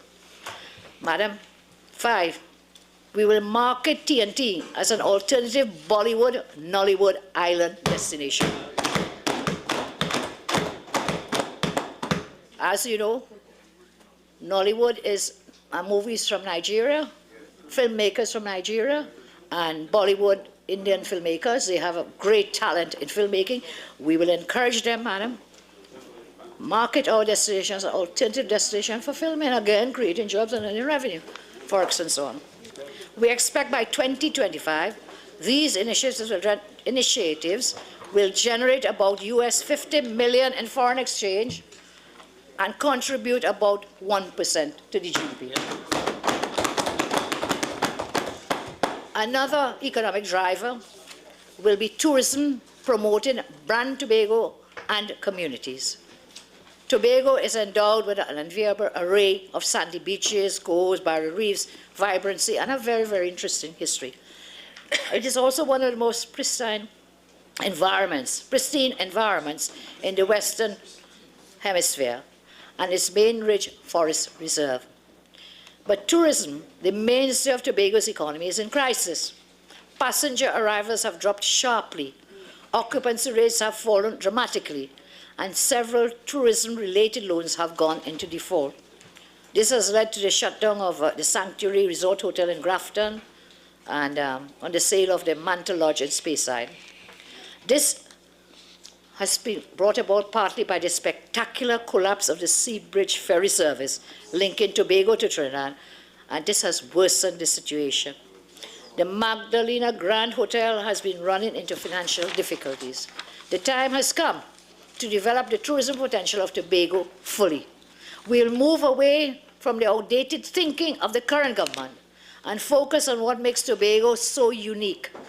It's developed yet semi-rustic, idyllic environment rather than just a destination for sun, sea, and sand. Because we compete with so many other Caribbean islands and elsewhere for sun, sea, and sand visitors. So we have to go outside of that. Yes, we will still attract those visitors who want sun, sea, and sand, but we also have to go further. And so this offers, this environment of Tobago offers opportunities in several niche markets, such as ecotourism, diving and water sports, events and cultural attractions, weddings and honeymoons, historical sites and health. We promote Tobago for these as well. Excuse me. When we completed our Scarborough Hospital in Tobago, we said that. That was to help us to attract medical tourists to come to Tobago, again, bring in revenue and so on. That's what the Couva Hospital was about, to bring people from other countries to come. They will come, and when they come, they will pay for the hospital. Our citizens will get it free, but they will bring foreign exchange from the islands. People go, Venezuela and other places. That state-of-the-art place would have given us medical tourism, brought revenue, created jobs. But out of spite and malice, they will not open the hospital. They will not open. I tell you, a new UNC government will open that hospital. We will. I come back to the tourism sector in Tobago. A new UNC government is committed to working with the THA and other stakeholders for the following initiatives. 1, invite through proper procurement private sector investors to build and or manage the first locally branded hotel resort in Tobago. First locally branded resort. Invite international investors to establish an international cruise ship marina complex in Plymouth. That complex will attract larger cruise liners such as Royal Dutch Caribbean and Carnival to the shores of Tobago, boosting tourist arrivals and the demand for local goods and services. Plymouth is well suited to host this complex because we will have at the complex fuel bunkering services, shopping and entertainment with local content to promote the Tobago brand. 3, we will designate Tobago as a duty-free port. We will establish a proper rescue and rebuild loan program for Tobago hoteliers. We will restrict the loan guarantee program administered by the Tobago Tourism Development Fund into a proper rescue and rebuild program. We will recapitalize the Tobago Tourism Development Fund and to provide a higher interest rate subsidy and extend the loan maturities. We will develop Northeast Tobago as ecotourism destination. The flora and the fauna at Charlottesville Speyside, Mainridge Forest Reserve have considerable potential for the private sector to further develop the tourism product, Northeast Tobago, whilst at the same time we will be protecting our environment. The ecotourism product could include eco-lodges, a biological research institute, and revival of the agriculture base, especially, as I said, cocoa production. Again, building Brand Tobago, we will develop a creative Tobago Creative Arts Street. 7, we will invest in local hoteliers for high standard quality guest houses, apartments and hotels. We will increase training for hotelier staffs for optimum service delivery. We will invest in in-service training for students at the THTI in Tobago. We will invest in making Tobago restaurants premium restaurants whilst maintaining local content. We will support a renewed Tobago Tourism Trust with our commitment to a fully functioning and efficient sea bridge. You crash the sea bridge as we crash the economy, as well as proper functioning, reliable air bridge, and also to look at security matters, adequate security matters for the protection of the people of Tobago. We expect by these tourism initiatives, we will generate 4,000 new jobs, generate an additional US $250 million in foreign exchange, obtain US $500 million in FDI flows for foreign direct investment inflows, and increase tourism arrivals to about 100,000 persons. I turn now to another prosperity engine for the economy: infrastructure connecting people, places, and communities. Infrastructure is obviously central to every aspect of life. Our roads, highways, airports, seaports are key to connecting places, people, and communities, as well as spreading income, wealth, and development across the country wherever people live. Yet daily, we're impacted by a failed, inadequate, or undeveloped infrastructure. This is apparent in the deterioration of our roads and highways, overburdened public transport system, and countless unproductive hours spent in traffic. I think there are some people referring to Trinidad as a pothole capital of the Caribbean. Substantial investment will be needed to deal with this. And so our initiatives in this sector, infrastructure sector, this prosperity engine are as follows. A new UNC government will be committed to the following initiatives regarding infrastructure, and private investors would be invited to bid to use their own money. Government will be facilitated with these initiatives. 1, redesignate Chagaramas as a special development zone. We will continue the work started while in office to engage the CDA and other stakeholders to transform the 14,500-acre peninsula in northwest Trinidad into one of the Caribbean region's most idyllic investment and entertainment destinations. 2, we will create a Southwest Peninsula Special Development Zone linking Cedros to Moruga. And the reason why Cedros to Moruga and not further, we don't want to interfere with the forests there in Moruga, because that's great lungs for a country, creating green. Forget her. Where you come from? You just suddenly appear and start disturbing me. The speaker gave everybody warnings. The speaker warned everybody when you were not here. Lord, where you come from? Madam, we will create a Southwest Peninsula Special Development Zone linking Cedros to Maruga. We will invite private investors to create a special development zone linking Cedros. This will become a major economic hub in the southwest peninsula. This zone will comprise a commercial port, agriculture, real estate, housing, and other business activities, as well as, very important, a military base. Military base. 3, we will create a Southeast Peninsula Special Development Zone linking Manzanillo up in the east to Mayaro in the east. We will invite private investors to create this development zone linking Manzan to Mayaro. This will become a major hub in the Southeast Peninsula of Trinidad. This zone will comprise ecotourism, tapping into the enormous potential of the river swamp, also agriculture, real estate, housing, and other business interests. So we have the Northwest Peninsula, Southeast Peninsula, madam, Northeast, Northwest. Then we have down in the south, the Southwest corridor, and then we go from down the whole East Coast, Manzan to Mayaro.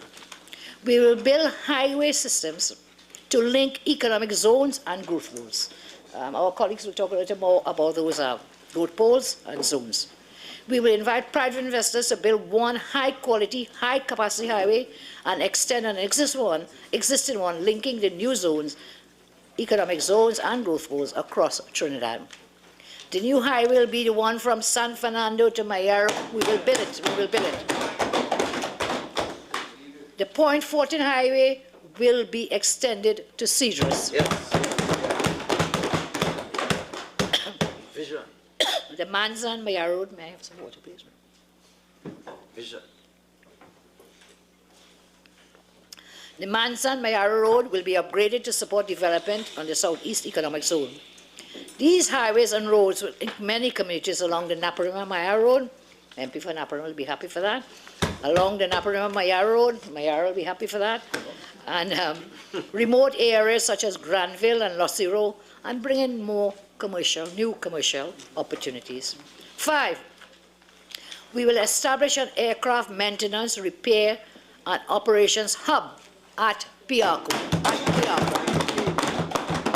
And please leave the airport with the name Piarco in honor of our first speakers. Leave it there. Leave it there. Why you want to change that? Nothing better to do. We will invite private investors to build and manage aircraft, maintenance, repair, and operations hub in the Aero Park at Piarco Airport. Trinidad and Tobago serves as an aviation center for the wider Caribbean. We have significant experience in airport administration, air traffic management, aircraft inspection, and air navigation services. We will leverage these strengths into building a comprehensive aircraft facility, as I mentioned, to provide for maintenance, line maintenance, and aircraft painting. We will also open the UTT Aviation Campus at Camden to provide a path for students and graduates of aviation training programs to apprentice or work at the hub. 6, we will develop TNT as a major international airline hub for the Caribbean and South America. We will sign the necessary air service agreements with international airlines which have routes to major cities in Asia and the Middle East. Did you see recently Guyana has signed an agreement, air agreement? Guyana with the Emirates. And this is what I'm saying, Qatar Airlines. Yeah. So we will partner then with these major airlines. We'll invite the private investors to build and lease to the Airports Authority a new state-of-the-art terminal dedicated to international flights to be used by these major airlines. The existing facility will be converted into a terminal hub for Caribbean travel. 7, we'll establish water taxi hubs along the western coastline from Felicity to Cedros. We will invite private investors to establish that water taxi hub at Felicity, Calibre, Point 14, and Cedros. This will assist greatly in moving people in and out of Port of Spain and San Fernando, thereby helping what? Reducing the traffic congestions on that highway. Madam, I don't know if you will ever believe and understand, for people coming to work in Port Elizabeth from outside, that traffic gridlock takes you hours as you're coming into the city. This can help to reduce traffic. Each water taxi hub will catalyze economic development in that area, create business opportunities, generate employment, provide traveling public with an essential good and service. We expect that these initiatives would create 5,000 new jobs and generate US of $1 million in FDI inflows by 2025. I turn to another prosperity engine, renewable energy, reducing our carbon footprint. The UNC is committed to ensuring a sustainable energy future for TNT by strategic transformation of the energy matrix of our country. Energy is all around us daily. We require it to cool our homes, to power industries, drive cars, cook our food, turn on our lights. Every single aspect of daily life involves the use of energy. Now, we acknowledge that most of our energy comes from fossil fuels. Indeed, that is what built the modern world. But they also created price volatility, unequal access, and of course, rising carbon emissions. As a progressive society, we have now learned how to harness the sun and the wind, the rivers and the oceans, energy from under the earth and above it from plants and animals. Renewable energy is critical to a sustainable future for our planet and for humanity. The world is approaching a point where fossil fuels, oil and gas, and coal, well, coal went, that was the last industrial revolution when other things took over. Coal was the main energy, that's why you talk about the fourth industrial revolution now. The world is approaching a point where fossil fuels are becoming depleted, and there are these increasing concerns about climate change and environmental destruction. This is driving very rapid investment into renewable energy sources such as solar, wind, hydropower, geothermal energy, and various forms of biomass. Over the coming decades, alternative energy sources will power more homes, streets, communities, ships, and planes. Further, our over-dependence on fossil fuels has helped to make us one of the largest carbon emitters in the world per capita, in per capita terms. And therefore, what does this all mean? We need to increase our share of renewable energies in our overall energy matrix. A new UNC government will be committed to the following renewable energy initiatives. Establish a solar energy park in Tamana.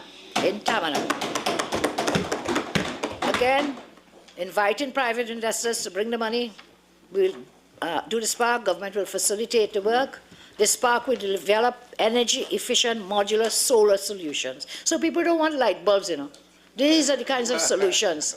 These are the kinds of solutions that we can get to earn revenue and so on, create jobs. Solar tech park. You know, last day we were here on Monday, I walked in here and I saw two machines. I wasn't sure what they were. And I want to congratulate the Parliament for going solar, or going environmentally friendly with respect, for going environmentally friendly with respect, oh please, by having Little children. like little children. Could you all please keep silent? I was talking about solar and I just jumped. Member for Supreme. Yeah, madam, with respect to environmental initiatives and so on, and green initiatives, I congratulate the Parliament for the two machines to stop us from using the plastic bottles and so on. But you know what? That is a great thing. There are thousands of people who don't even have water in their taps right now. Far less for green water initiatives, but we move along. So I was talking about solar. Solar energy park in Tamana. This will develop energy-efficient modular solar solutions which can be retrofitted to existing buildings or integrated to the new construction projects and used in several other areas, such as marine, communication, and transport. Tamana Solar Tech and supply solar technologies through licensing and supply agreements and the products to provide specialist turnkey energy solutions to communities within our region. Again, create jobs, create revenue, create foreign exchange. Two, we will incentivize the purchase of both new and used electric and hybrid vehicles, including through reduction or elimination of import duties. All public institutions will be mandated to purchase electric vehicles for their fleets. A pilot project will start with a PTSC fleet, extend to WASA, TNTEC, and TT Post. We will lead by example. We will also provide incentives for the private sector to use solar energy charging stations for their electric vehicles, install solar carports, repurpose electric vehicle batteries beyond their useful life. Again, this will cut our fuel imports and save us very valuable foreign exchange. 3, we will establish a green building incentive program. A green building program uses minimum amounts of energy, consumes less water, generates less waste, and creates space for healthy and comfortable living. Public housing developments built by the agency or other government agencies will be outfitted with renewable energy technologies. Also, all lighting in these public housing developments to be solar powered, solar or wind powered. Private sector companies participating in the Green Building Program will benefit from, among other things, attractive financing packages from the Home Mortgage Bank. Persons purchasing green homes will benefit from, among other things, what you worried about me? Every word I pronounce, you want to say it better. Persons who will buy green homes will benefit from, among other things, a lower mortgage rate through the TTMF. Town and country will encourage green buildings, energy efficiency systems, and solar and other renewable features in homes and buildings. 4, we will develop a policy for feed-in tariffs to encourage the use of renewable energy technologies. We will request the RIC to develop a policy for feed-in tariffs. This will allow citizens and companies who invest in renewable energy systems for their own use to have the ability to sell any surplus electricity to the national electricity grid. We will make greater use of the Green Fund for NGOs, NPOs, and CBOs for projects geared towards environmental awareness, protection, and climate change. Madam, with these initiatives, we expect by 2025 that we will create 3,500 new jobs. We will cut the fuel bill by 500 million, and we will raise the share of renewable energy to 5% of consumption. I turn now to the digital economy, madam.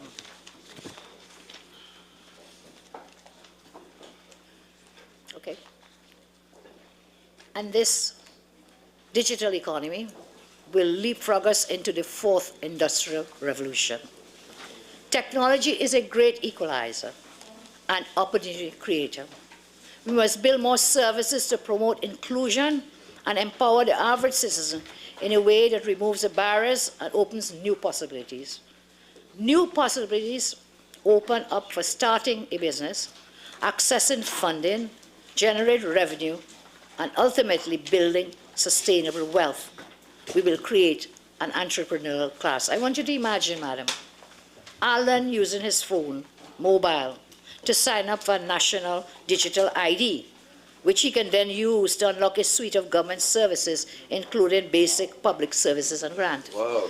Imagine Camille opening a bank account from her mobile phone and then making and receiving payments for her micro business from that phone.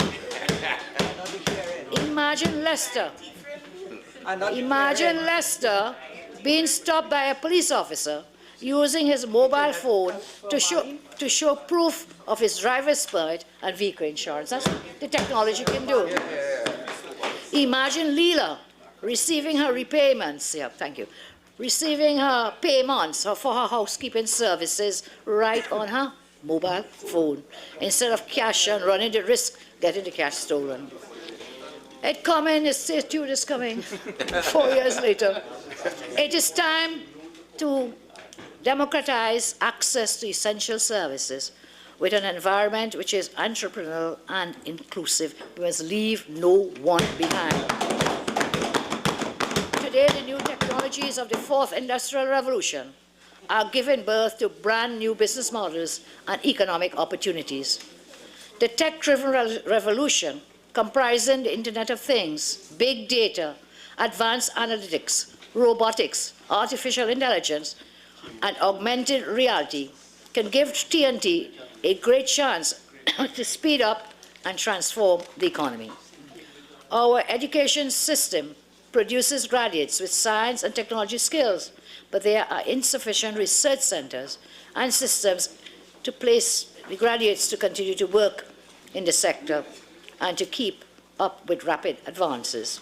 We will develop our local model of the classic triple helix university, using private sector and government to leapfrog to the fourth industrial revolution. We can do it because the UNC works.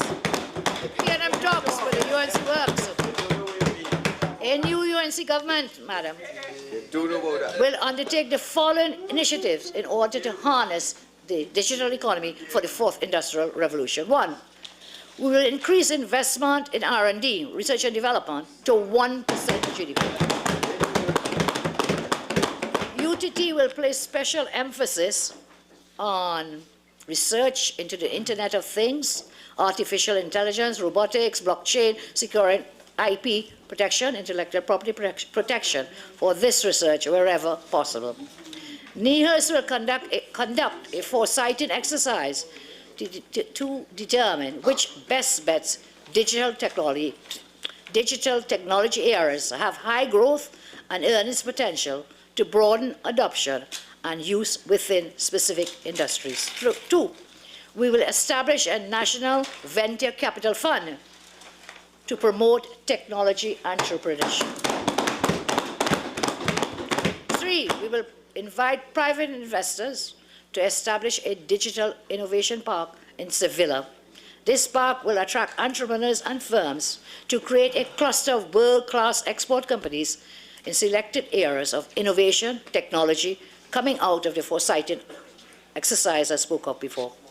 Such areas, foresighting, go and check it. Such areas could include fintech. Such areas would include fintech, agricultural innovation, health tech, payment processing, software development, and call centers, business process outsourcing. We will provide appropriate incentives to attract the research centers of technology giants such as Microsoft, Google, IBM, Facebook, and Amazon to set up innovation launch pads within the Sevilla Digital Park. This will provide a platform for local software developers and IT professionals to access regional and global ideas and opportunities. Madam, 4, we will institute a national digital identification program. 5, we will implement a national e-payment platform for government service. A national e-money platform can be linked to TT Connect, the single electronic window, and the customs ASYCUDA system. Yeah, I know, I don't want to misprint. Secular. Thank you very much. A secret government. Passports. Secret government. And to pay for services online. I think at the moment you can pay things to the judiciary, to the courts. So that is something that would need to be expanded. Madam, with these initiatives, you know, it is funny, you know, they can't take it a certain And so all they could do, no substance, all they could do is to try to ridicule, she. Not taking them on, madam, I'll take your advice. With these initiatives in the digital economy, we expect by 2025 we will create 5,000 new jobs. We will move our country 40 places on the ease of doing business rank. We will move our country 25 places on the World Economic Forum's GCI. And we will increase R&D spending to at least 1% of GDP. I turn now to recycling.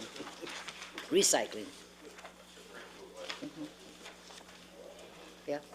Just fitting into time, 84 to... So, recycling, to protect the environment. We are a small island, we have limited land space, we have a very fragile ecosystem. We must be environmentally conscious. We have to get to encourage people, rethink, reduce, reuse, and recycle. Rethink, reduce, reuse, and recycle as part of a circular economy where waste products are reused or repurposed as many times as possible rather than to use it once and pelt it away. The cumulative result of improper waste management, we have seen the result of that, not just of climate change, but the flooding issues in our country. By working together to improve waste management, we can save space in our overburdened landfills, create new jobs in the reduction, collection, and handling of waste, protect our environment, and emit less greenhouse gas emissions. A new UNC government will commit to the following recycling initiatives. 1, ban all single-use plastics and styrofoam products by 2025.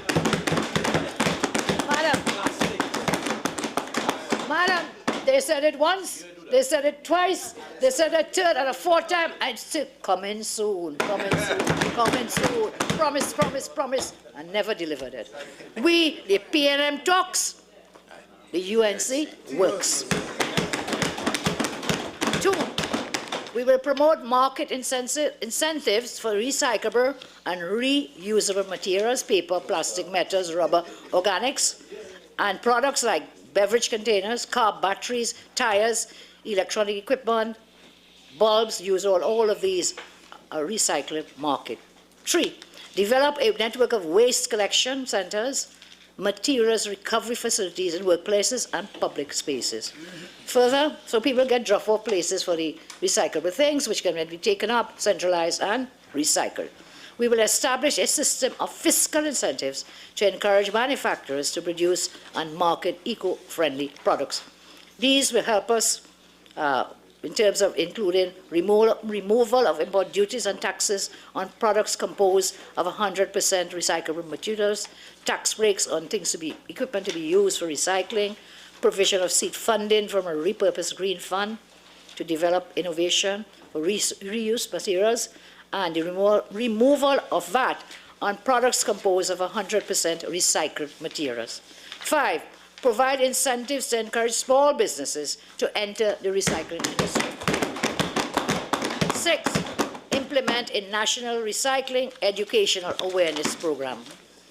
A national communications campaign will ensure public buy-in of and participation in this program.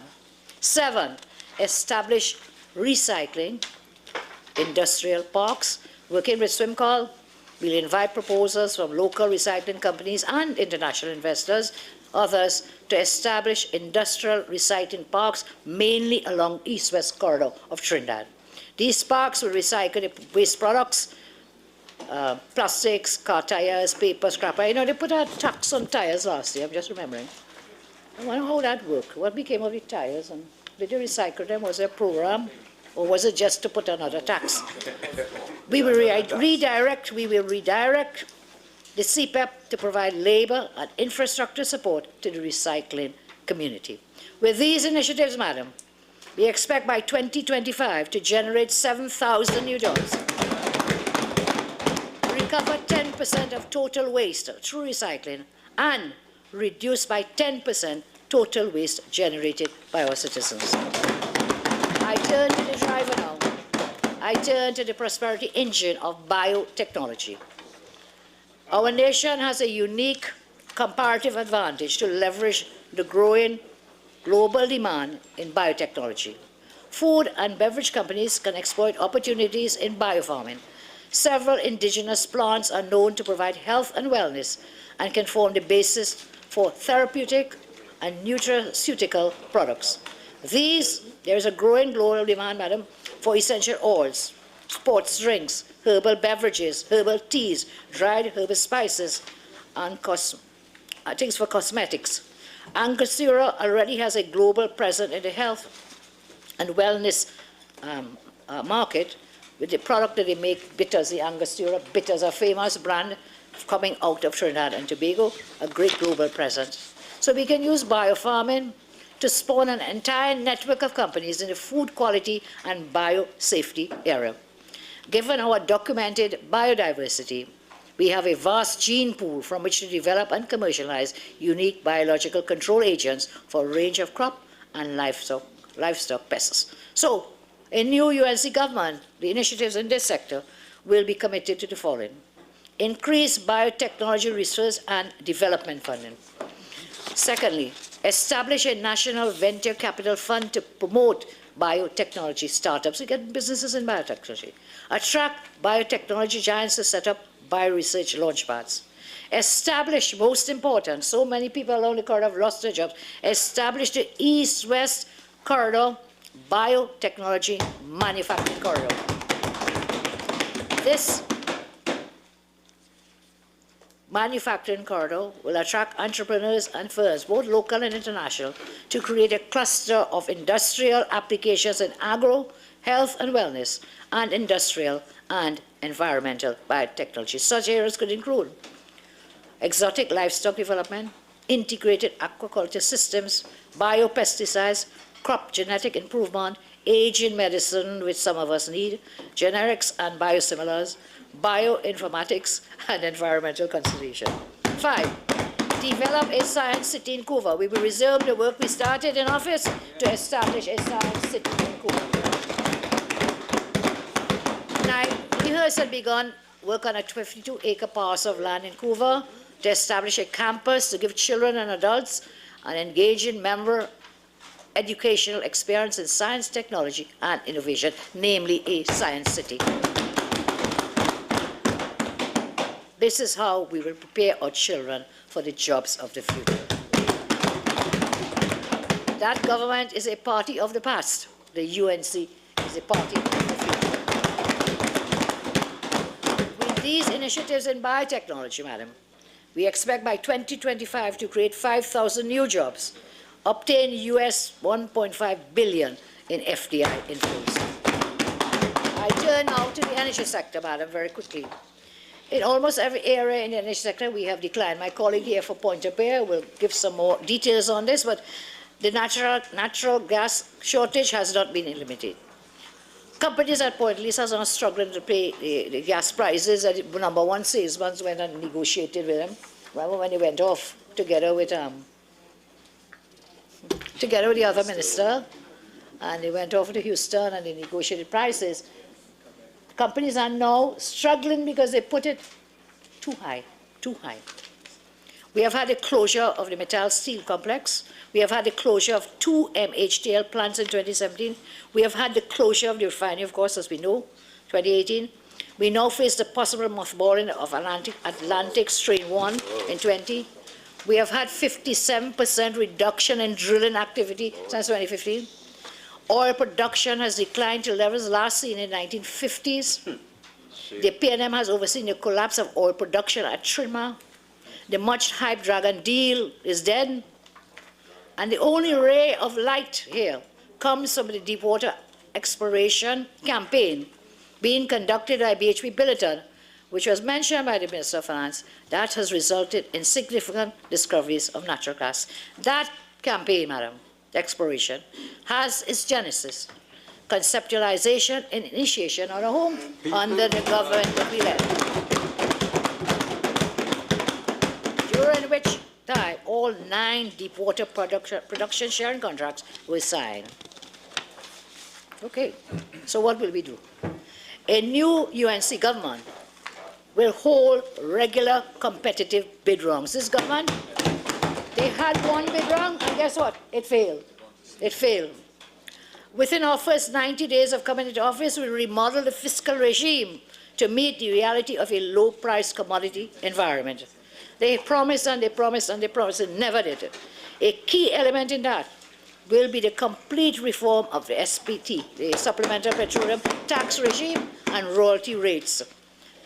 Financial capital and investment go where it's most viable. We are not the only country with oil and gas, and so we must be competitive. This will unleash investment in new oil and gas projects and reverse the slide in oil production. 3, we will start and complete phase 2 of the Galeota port. We have completed the phase 1, new UNC government will start and complete phase 2, and you know why? So we could service the new oil industry in Ghana, and possibly that in Suriname, possibly that in French Guyana. We will create jobs in Southeast Trinidad in this way. My arrow, definitely for my arrow. We'll address concerns around the ease of doing business in the energy sector to free up a lot of projects, get that industry working again. 5, we will expand the lease operator and farmer program to put idle acreage in hands of small operators. They'll bring their own capital. We will work with private investors to re-establish an iron and steel industry at Point Lisas. Through their own negligence, that company left, we will work with private investors to get an iron and steel going again, to get jobs, to earn foreign exchange, yes, and all the other goodies you can get from having that industry. I'm surprised the member for San Fernando West let that happen because he was their lawyer. Yes. I'm surprised that you let. I'm surprised you let them shut it down. He's lost cases. You let them. I shut them down, boy. Sorry, boy. He's lost cases. ArcelorMittal was shut down under this government. Be real. Shut down under this government. They said they begged to meet the Minister of Labour, but she didn't have time to see him, man. Remember that? Remember? No, I will never give way. No way, no way, no way. Let's continue because that's fluff. Wasting time, wasting time. I love the powder puff on your face, by the way. Yeah, little boy. Yes, sir. Speaker. We will all leave Princess Town alone. Leave all my members alone. All of us. I said we work with the ease of doing business. We will expand the lease operator and farmer program, put in idle acreage in hands of small operators. We will work with private investors, as I said, to get the steel industry going. 7, we look forward to getting refinery working again. When that refinery is restarted, we will not have to import fuel. We will not avoid this energy price risk. We'll save foreign exchange, provide meaningful employment, including in fence-land communities. With these initiatives in the energy sector, Mr. Speaker, with these, we expect by 2025 to create 3,000 new jobs, obtain US $1 billion in foreign direct investment, and generate US $2 billion more in foreign exchange.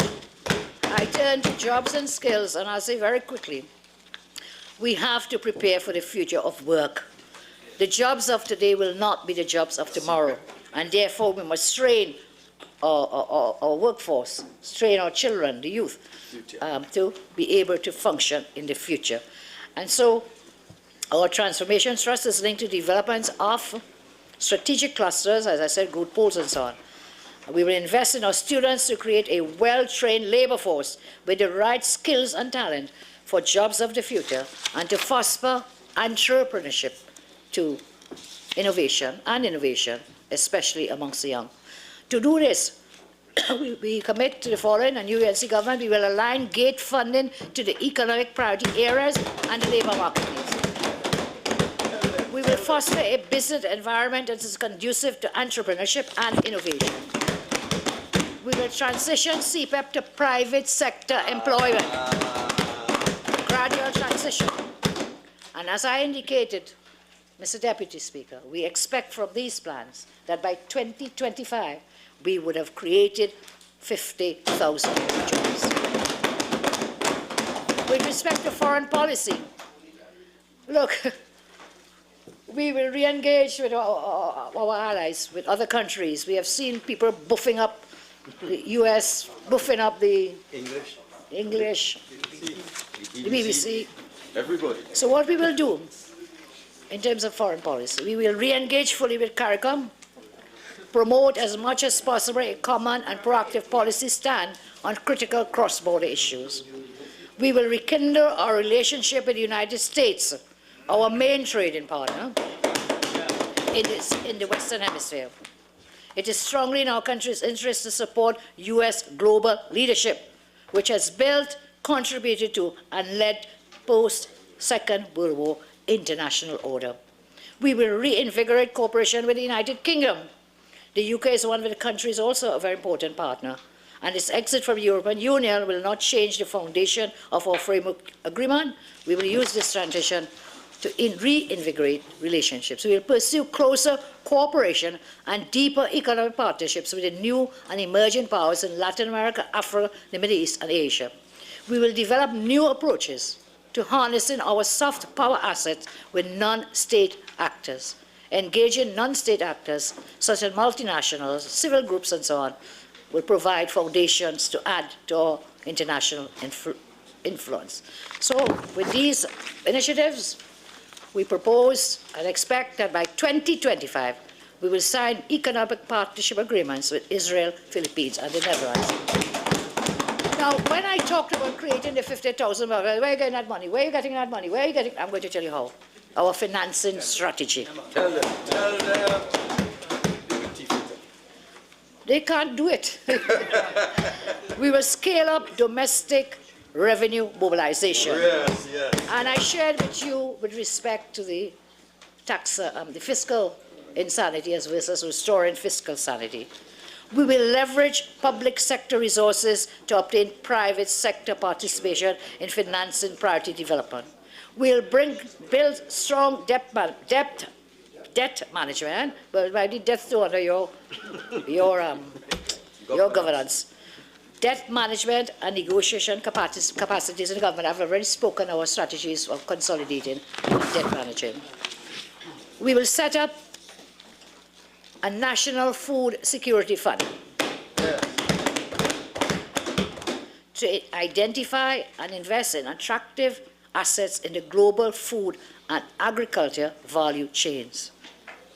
We will establish a national infrastructure development fund. This will support investments in public transport, green infrastructure, including solar, water, wastewater, climate resilient infrastructure. Are you sure? Plenty of time. I'm just speeding up a lot of time. This fund will reduce government's need to borrow or increase taxes. It will help us to fund major infrastructure projects such as road, airports, seaports, hotel. It will reduce the risks of poor transparency and accountability and costs. We will establish a national climate trust fund. We will repurpose, he's calling it, this will repurpose the Green Fund into a national climate trust, which will finance new green technology startups and provide the backing we need financially to create low carbon economy. The $5 billion in cash balances of the Green Fund will also be used to capitalize this climate trust fund, which will also attract international grant funding and leveraging private sector capital, and so boost the pool of funds available. We recognize the very strong potential contribution of our diaspora to economic growth and development. Our diaspora, who live mainly in the US, Canada, the US, they save an estimated US $700 million or almost $5 billion a year. We will issue diaspora bonds. You don't know where that Israel got that. And so tap into the patriotism and wealth of our diaspora, offering them an investment opportunity to express their desire to do good for their homeland. These diaspora bonds will be used to finance projects in which the diaspora has an active interest, such as housing, schools, hospitals, concrete benefit to families, or the community back home. We will establish a venture capital fund to encourage and facilitate private sector participation by promoting venture capital investing networks and similar type. These venture capital investors will be successful entrepreneurs and professionals who are seeking opportunities to invest in startups and other nascent companies in which they can take an active interest, mentoring, contributing time, experience, as well as offering introductions to valuable contacts. Implementing the plan, sir. We shared the plan, we've told you, shared with you how we will finance the plans. Now, how do we implement it? Clarity on the roles of different actors and stakeholders is paramount for effective implementation of the economic master plan.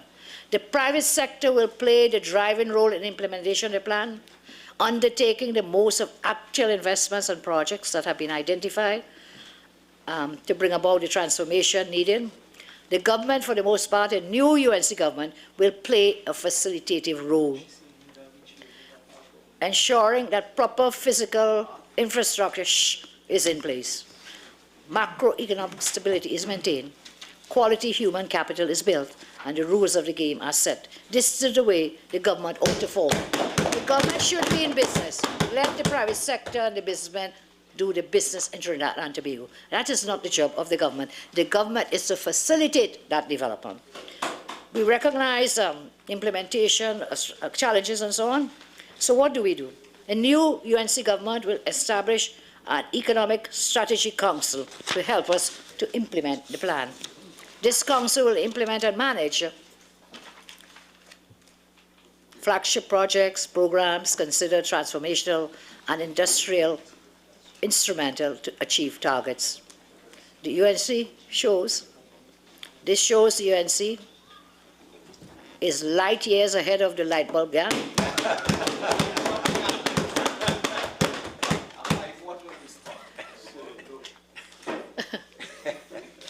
Can I see what's next after this? Industrial Revolution age. Fourth Industrial Revolution age. Yeah. So in the remaining time I have left, 123.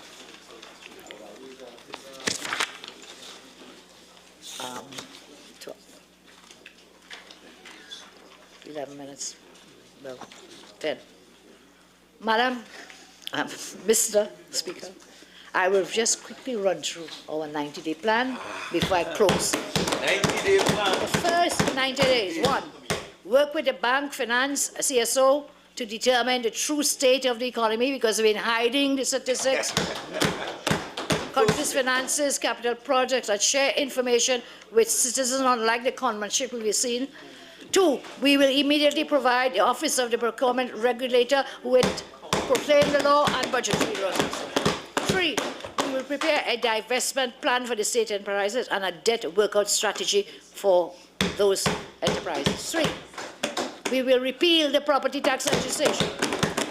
We will scrap the proposed revenue authority. We will examine and address the issue of outstanding VAT refunds.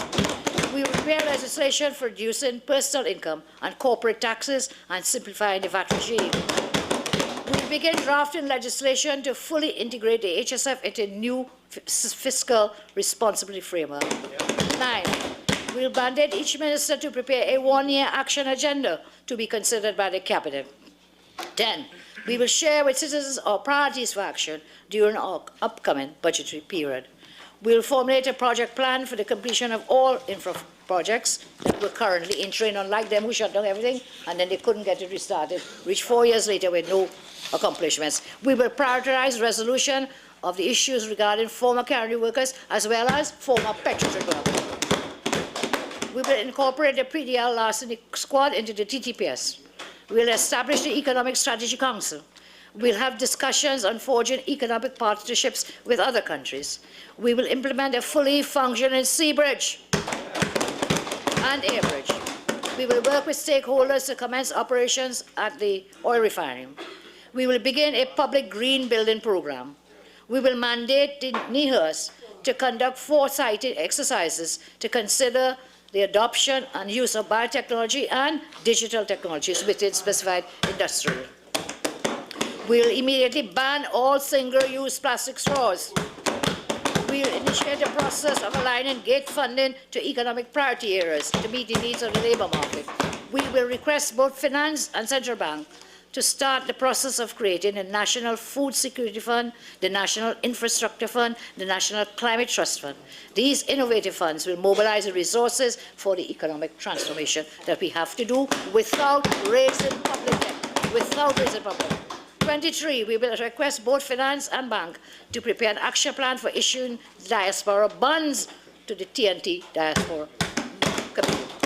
We will re-establish the Ministry of the People and the Ministry of Justice. Within my speech, I identified 12 prosperity engines. I have no need to go back for them. And so, today, I will conclude. Yes, I do. I will conclude as follows.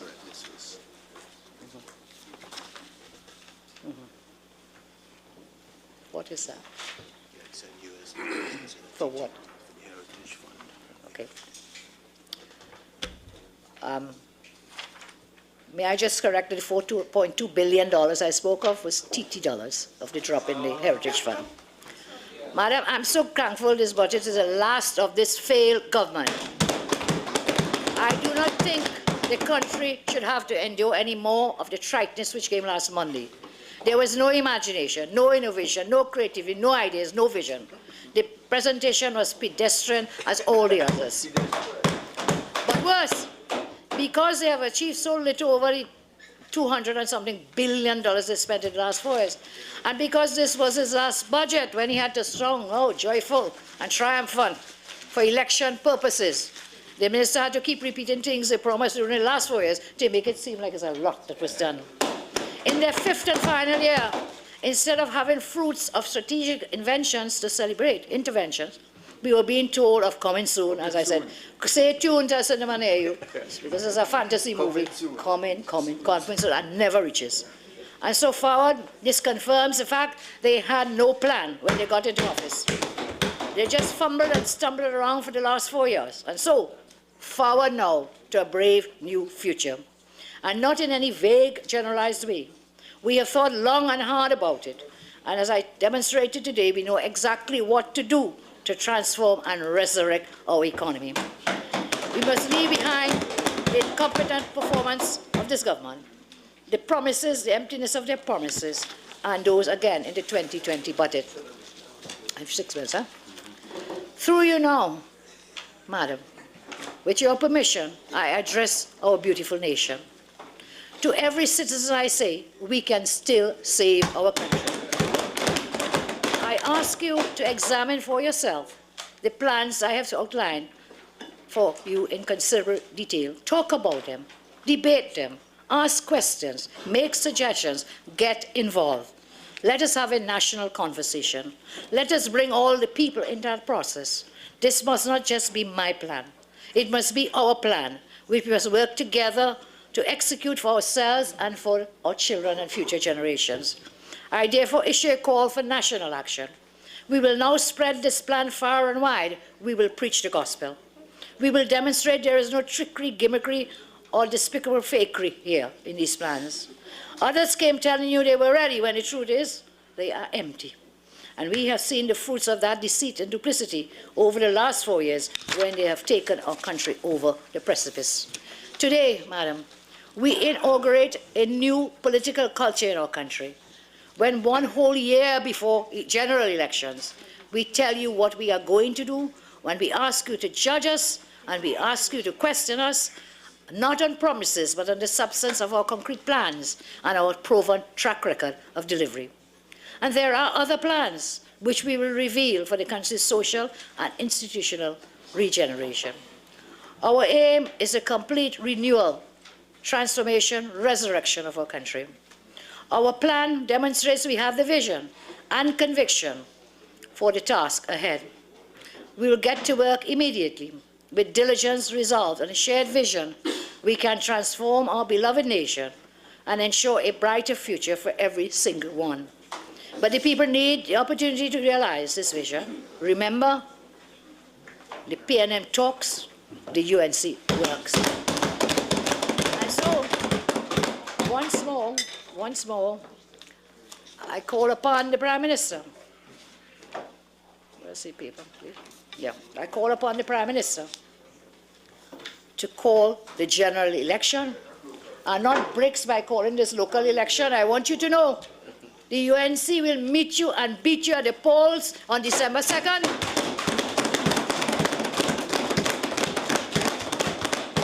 You don't need a $5 light bulb to show you that. Bring it on. The UNC is ready to transform and resurrect Trinidad and Tobago. I thank you all very much.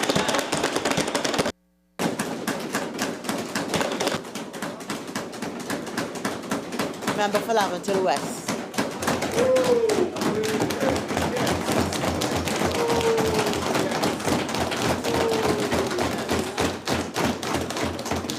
Thank you very much, Madam Speaker. Would you please sit down? Read for lunch.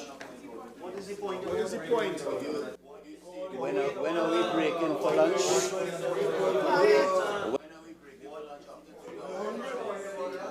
Member for Lamington West.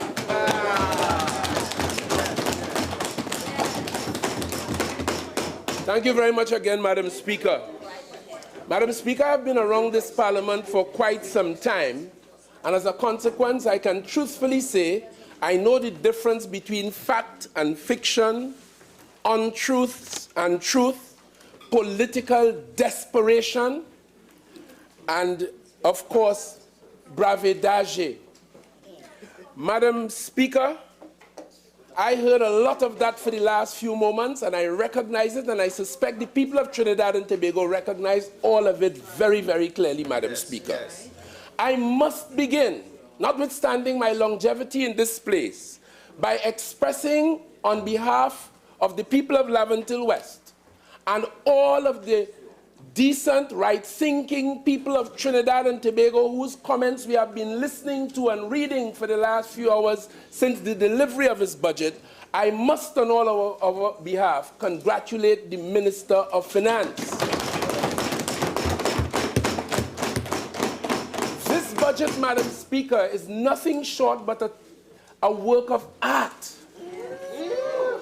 It is a coherent work. A work that is designed for the benefit and the uplift of the people of Trinidad and Tobago. And if you look on the last 4 budgets, Madam Speaker, you will see that golden thread focused on the people, taking us from devastation and misery to where we can proudly say we are today. In this regard, I must as well extend our congratulations to the Minister of Planning and Development, who has been working through those years along with the Minister of Finance. But most of all, it is leadership, dignified leadership, intellectual leadership, noble leadership, honest leadership by the member for Dago Martin West that has put all of this together. The member for Siparia wouldn't get close on any of those tests. And the nation knows that. The nation knows that. Madam Speaker, I expected from the member of Siparia a serious analysis of the issue of our environment. In particular, Madam Speaker, I expected the member to deal frontally with the measure of the LED lights and the 7 million that we have decided to expend on bulbs across the nation. But from day one, she was flippant about it.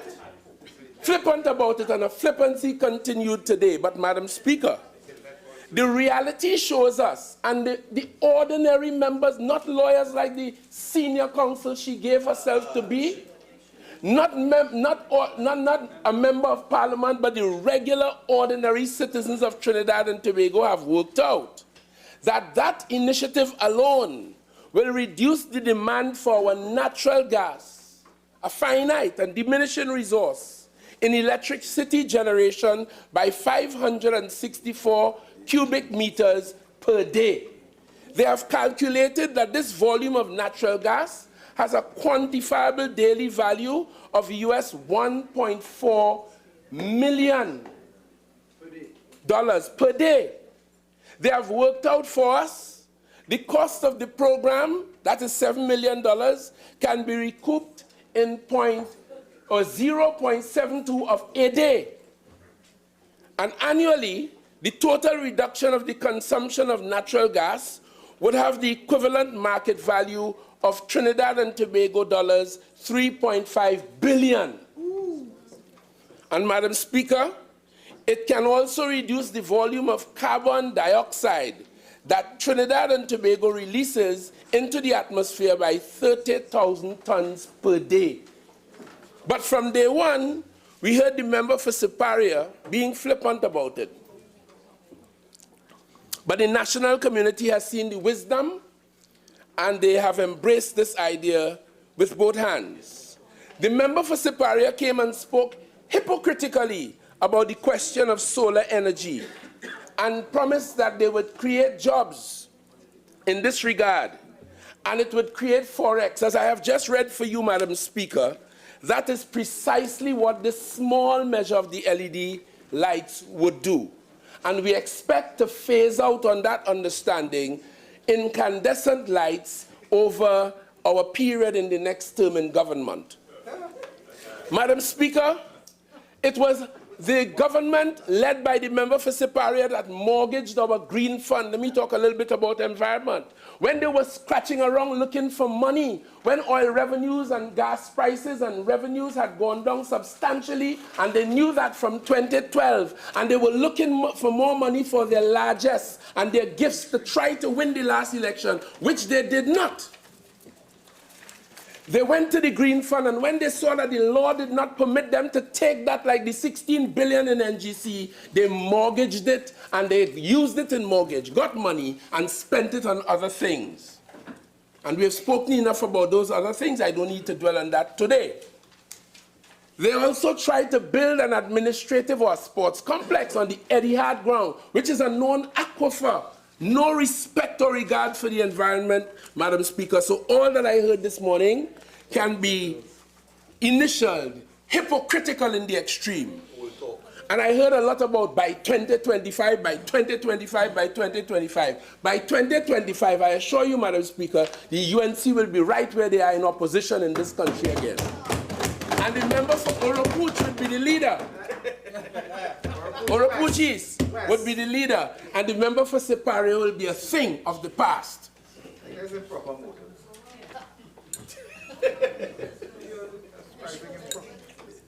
Madam Speaker, she took me on a journey to imagine. She told us imagine and imagine in the context, the member for Siparia. But I could not resist it. I too went into the mode of imagining. And I would like, for our benefit, to imagine the member for Siparia speaking the plain and ordinary truth. I would like us to imagine, Madam Speaker, the member pronouncing her words this morning properly and coherently. And I would like to imagine the member for Siparia walking a straight line, a political line. Imagine. The member for Siparia spoke incessantly about the new UNC, the new UNC. I have to ask on behalf of the people of this country, Madam Speaker, is it that the member for Siparia is now dissociating herself from the 2010-2015 UNC? Is it a snide apology she is extending for the wrongs and the vampirism that they put on the treasury of this country for those 5 years? Madam Speaker, the MP. The member for Siparia. The member keeps referring. Member for point of order, you have a point of order. 5, madam. Madam Speaker, we would have all seen and heard the opposition leader this morning stumble through her presentation like someone who had just awoken from a deep sleep. She sounded, the member for Siparia, sounded like someone living in 1919. And that she had a long dream which she babbled for us this morning. The member for Siparia even used a very unparliamentary M word. And when I heard it, I thought she was accosting and attacking the member for Princestown. But it might have escaped your attention, Madam Speaker. Hansard might reflect it. I know. The member for Siparia spoke about my constituency, the constituency that I represent, Laventille West, and promised in her political desperation this morning, recognizing that the thing is going further and further away from her, she promised a pan factory. I would like the member for Siparia to know we have that in Laventille.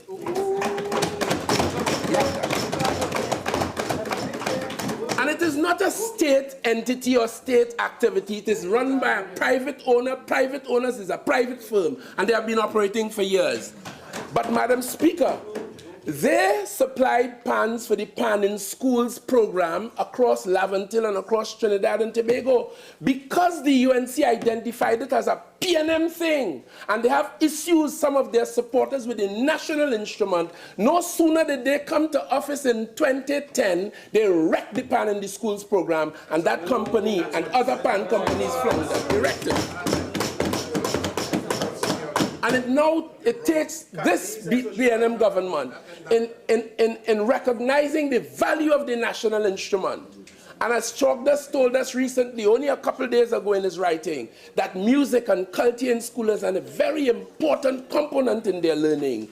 It takes this government, and we are in the process of rebuilding that and giving them sustenance again. Madam Speaker, talk about unprincipled. One of the reasons why I said earlier that there's no comparison between the member for Siparia as leader of the opposition and the Prime Minister who leads this side is on the issue of principle. On the issue of principle. Only yesterday, Madam Speaker, only yesterday, in a press release from the member for Siparia, they were hostile to the idea of the OWTU and patriotic. Only yesterday, taking ownership of the refinery as the discussions are now heading to, Mr. Deputy Speaker. But by today, unprincipled as they are, telling us this morning that her big concern is how the OWTU would fare in these discussions. Madam Speaker, 48-4, as unprincipled as they are. Who's unprincipled?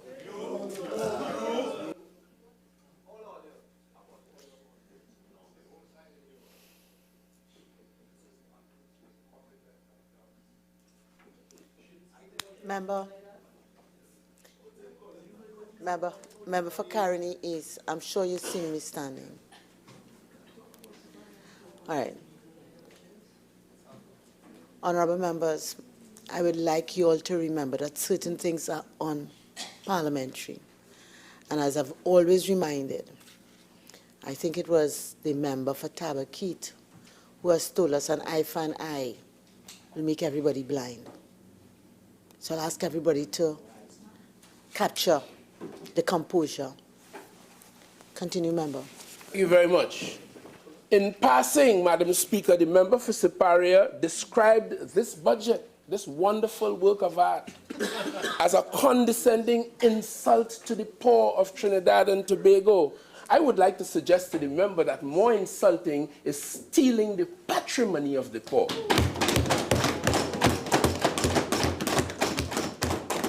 And in this Madam regard, Speaker, 48-6. Member for Laventille West, continue. And in this regard, Madam Speaker, in this regard, by 4 years in government, the UNC was having its head crushed on the anvil of corruption in this country. And it went on, and by 2015, they cast them out of office, and they swear the people they don't want to hear them, see them again for the next 15 years. By contrast, to date, in this final budget, not one single justifiable allegation against any member of this government for corruption. Not one. Not one.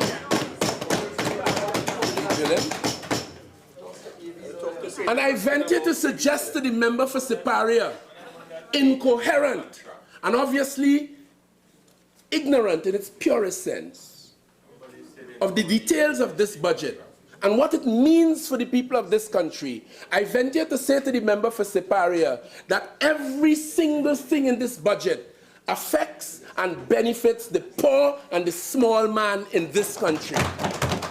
90% at any rate. The member scathingly criticized $2.50, implying that it's only $2.50 from $15 in the minimum wage to $17.50. Well, it is an increment. And then boasted that they did 2 increases. Well, and they were aiming to get it to $20. Well, with the 2 they did, and this $2.50 we put, it still is not yet at $20. And you know why? Because the economists who advised the Minister of Finance, when the Minister of Finance speaks here, not the $10 million Minister of Finance that they had, you know, but when the Minister of Finance speaks here, he speaks on the basis of the advice of all the economists in the Ministry of Finance. and the central bank. And other sources he's advised and takes into account all of the issues that will be impacted by an increase in the minimum wage, including, of course, the desire to give the ordinary man greater income for his work.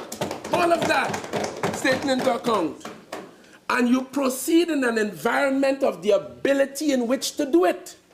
And the members so ignorantly as well condemned the $5 LED bulbs, demonstrating her ignorance as to the impact of that for the environment, and as the facts are revealed, and that it could save Forex and all of that. The member spoke about CPEP and told us untruthfully that the member did a calculation that shows that they would be in receipt of an income that is below the minimum wage. Well, the law is the law.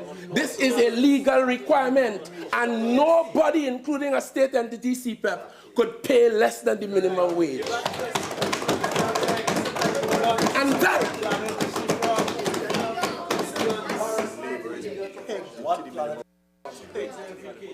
And I am further advised that it is actually pegged to the minimum wage.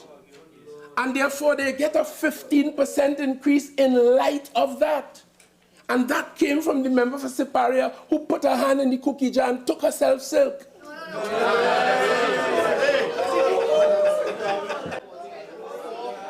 And 48-6. Order, order. Whip, you have a... 48-6, Madam Speaker, and also 48-4. Order, order. Leader of the Opposition and Prime Minister, I am standing. Member for Laventille West, I will ask you to restate that in a way that I know you are capable of doing it within the confines of the standing order. Please. Okay. That was given to her by the then Attorney General and the government of Trinidad and Tobago. By the Prime Minister. Madam Speaker, two things I'll say on that.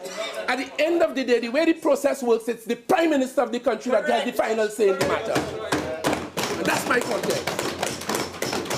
But more than that, it may very well be a breach of the Integrity in Public Life Act.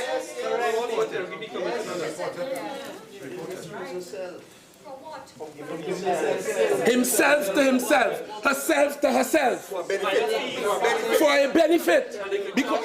Because order, order. As I said, it's a debate. Every member will have an opportunity. Every member will have an opportunity to give their contribution. I now recognize the member for Laventille West. Thank you for your recognition. And Madam Speaker, as always, threatening us about going to court. We have court closed. We are not afraid of that. That's to start with. But more than that, when they cannot win in the polls, when they cannot win in the intellectual debate in this house, they resort to their friends in the courthouse to try to tie up the government's activity. That's what they do. And they probably believe they have friends there too. Yes. They probably believe they have friends there too. And don't find that too strange, you know. There was a judge called Herbert Volney in this country who was taken from the bench and put as a candidate in an election. Obviously and commonsensically approaching that, you would see that the discussions must have taken place while he was on the bench. So when I talk about principles, I know what I'm talking about. We won't do that. We won't do that. So it is not too far removed from the ugly UNC. It's true. With a small u. And then the member had the temerity, the gall, the gumption, as the member for Diego Martin West would say, to get up here and talking about CPEP, say this is not putting hands up and hands up. That was the member for Siparia's Prime Minister that got our children up to the Hilton in orange suits, looking like one that one of her friends who was in a cabinet will wear in a short while in the United States. And I'll tell you something, Madam Speaker, got these youngsters up to the Hilton in a program called Color Marriage and personally tell them, hands up, hands out, hands down, like fools. They did that like fools to our children. And humiliated them. And coming to tell us about Hands Up this morning. On principle they are. And talking about the small man, let me just remind those who might have missed it that we are increasing the number of OJT places to 8,000. We have decided and we will increase their stipends by 10%. I've already told you of the minimum wage, which we are proud to have done, as the circumstances would now allow. But 194,000 little people will benefit from that. Not Krishna Lala. Little people in this country, 194,000 of them. We index public sector, public service pensions. That means, as inflation moves, their incomes would move. Credit unions. I practice in the civil arena from time to time, non-contentious civil, and it was always an issue. A person leaves a beneficiary on their credit union account or accounts, and the law says, the Cooperative Societies Act, that they would only receive $5,000, the beneficiary that is, and they had to go through the probate process in order to get access to the rest. We have now, for the small man who saves his pennies in the credit union, we have now increased that to $50,000. And we have now put in place, as we could now afford, a $3,500 minimum pension at age 60 for those daily paid workers, of which there are many in this country, little people. All of that for the small man. Madam Speaker. Madam Speaker, the member talked about, the member for Siparia, they settled 180 negotiations. We know one thing. 133. We know one thing.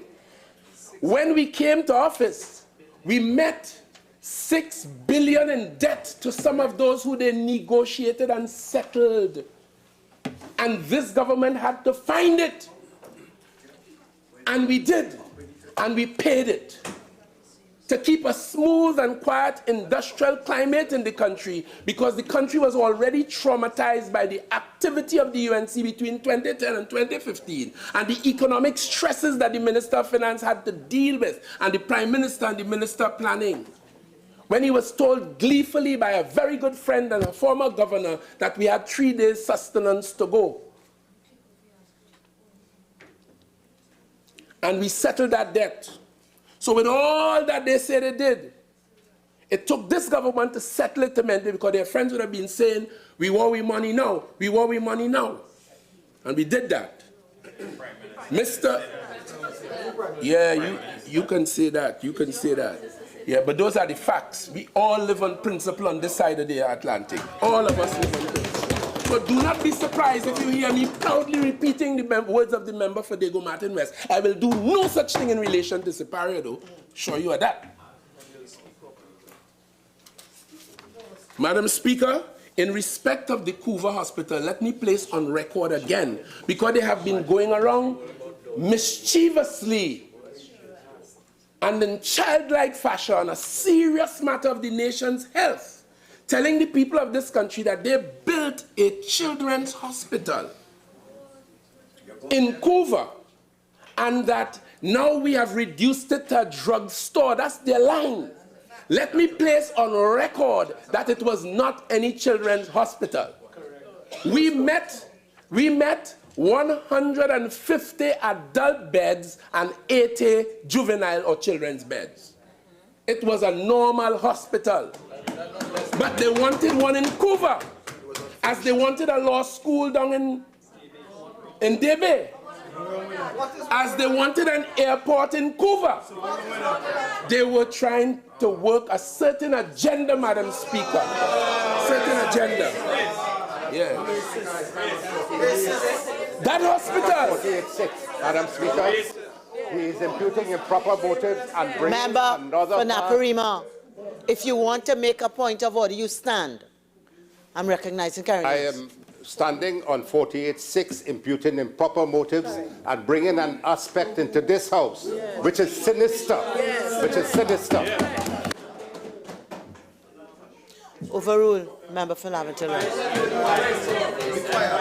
Madam Speaker, 1 minute. Member for Karen East, I'm still on my next.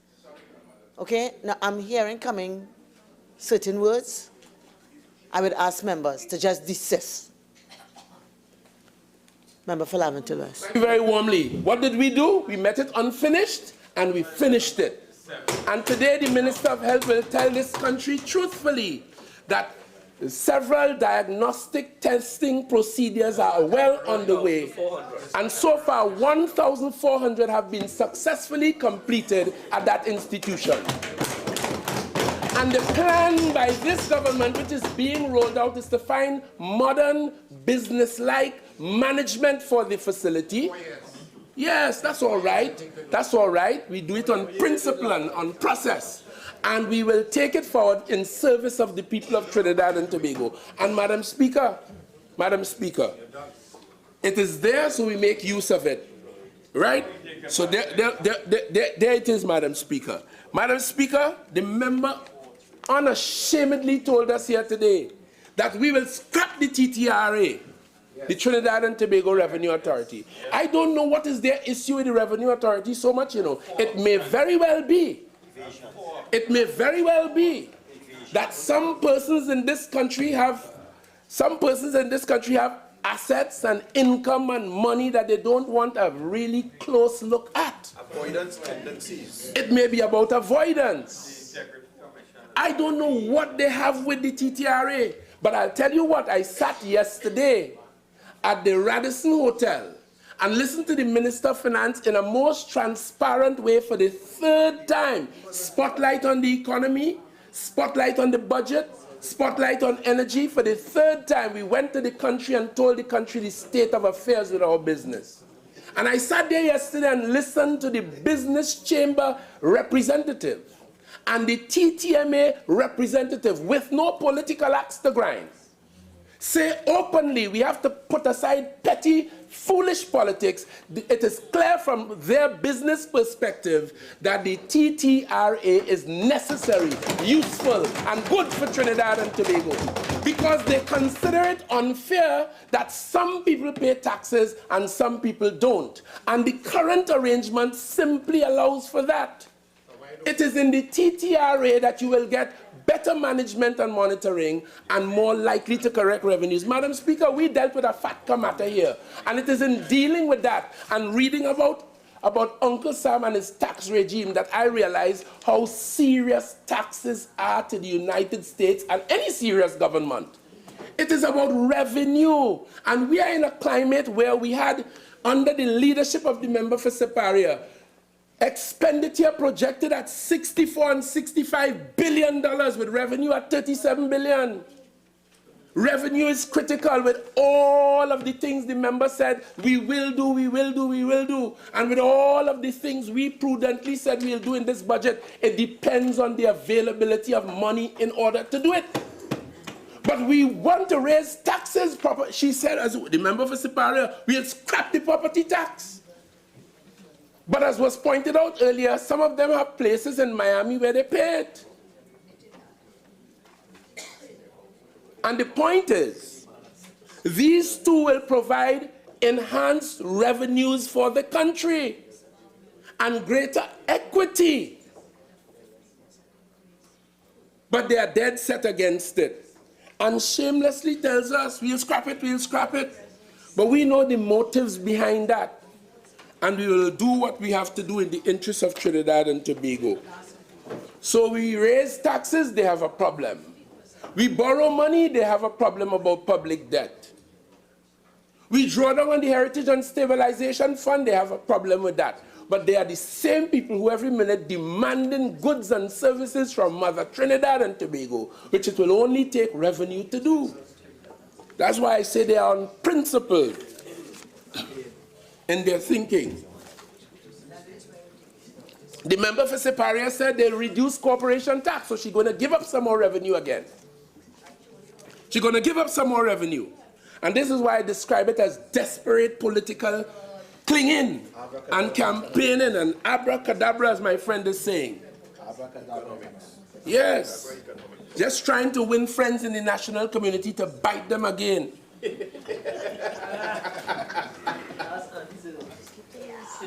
They don't want us to do anything that is good for this country. Madam Speaker, Separia outlined, I'm responding to Separia. She outlined some so-called transitional plan on 5 principles. I have one question to ask, or a couple questions actually. All of the lofty plans that the member for Separia told us about this matter, when the member was in office, what did she do about them? Why was the member voted out of office? It is because they squandered the nation's patrimony, they destroyed our institutions, they wrecked our international image, including with financiers, and of course, they took 5-day weekends, 3-day weekends. Yeah, did so much. And that is why the people of Trinidad and Tobago cast them out of office in 2015, and they swear it wouldn't happen again. The member told us in passionate sounding but in sincere tones that some people, some of the former workers of Petrotrin committed suicide. I don't know if that is true, and it is a very sensitive issue. What I would say is that if persons in this country, whether they work with OWTU or Petrotrin, or not, committed suicide, that is always a sad state of affairs. And since I don't have the facts and figures, I can't say more about it other than to commiserate with them if that happened. However, I am almost certain, knowing the member for Separia as I do, no serious inquiry was made to find out how many, because she is not able to tell us that this morning, and I'll give way to the member, tell us how many. The member will not be able to tell us the exact cause of people's issues and why, but it is glib and nice to just come here and say it. Madam Speaker, what I do know is that of the sums that were made available as a golden handshake on their parting from the company, every cent that was put on offer was collected. Every cent was collected. And I saw a young man proudly a couple months ago on the television being featured, a former Petrotrin worker who is now operating some food outlets in the San Fernando area and was telling us he was doing quite well. And there are others. So the member pretends to be speaking for them, but of course they have a different story for themselves. And more than that, they're now living with the joy and the hopes and the prospects of being part of a new arrangement by Patriotic, where they will now have to operate the refinery again if all goes well in that regard. So there's a lot of hope and there's a lot of happiness. The member for Separia is a killjoy at Christmas. And Madam Speaker, I must restate a fact that was stated yesterday by the Honorable Prime Minister in his deliberations at Radisson. He reminded this country, with all the talk about unemployment, not one single gazetted public officer was relieved from post in the last 4 years. Not one. I looked at little Barbados next door with 26,000 public servants. Because they are involved in an IMF standby arrangement, they had to rid their country of, I think, about 3,000 public servants. And talking about that, we as a major achievement, and I want to state it loudly and proudly for the citizens of Trinidad and Tobago to take note, we have, with all of the difficulty that we have time and time again, openly and transparently related to the national community, we kept Trinidad and Tobago away from the IMF.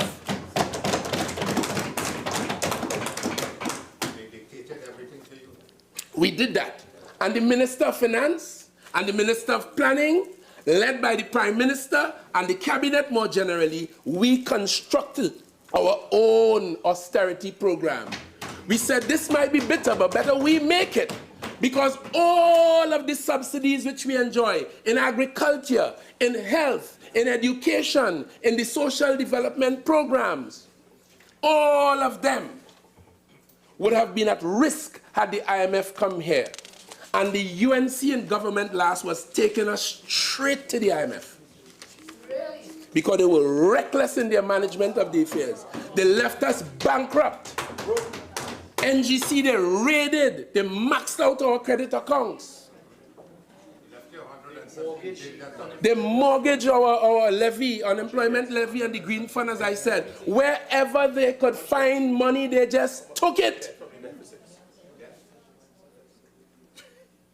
And every time I go in my constituency and I look across the highway and I see that white elephant called the Beetham wastewater plant, I remember the member for Siparia. And I remember SIS, her good friend Krishna Lala.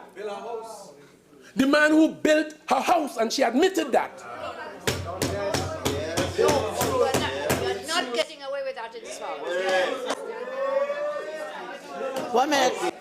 Order, order, order.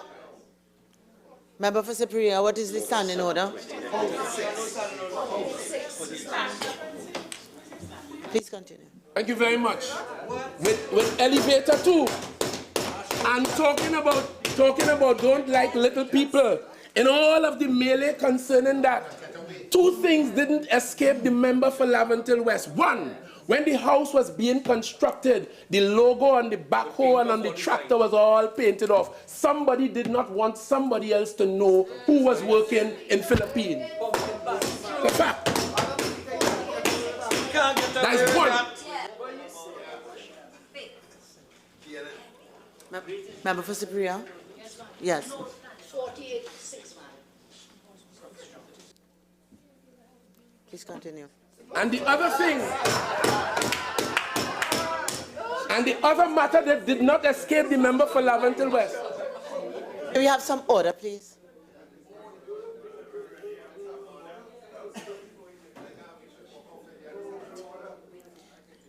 Member for Caroni East. What, member for Caroni East. While I'm standing, member for Naparima. Member for Naparima. Just get back to your seat while I'm standing, please.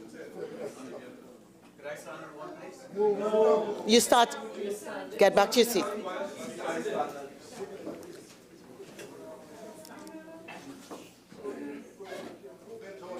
Member for Caroni East, I believe that you wanted to adopt a particular course. When I sit, you can. When I sit, you can, but you'll do it in an orderly manner. Laventille West.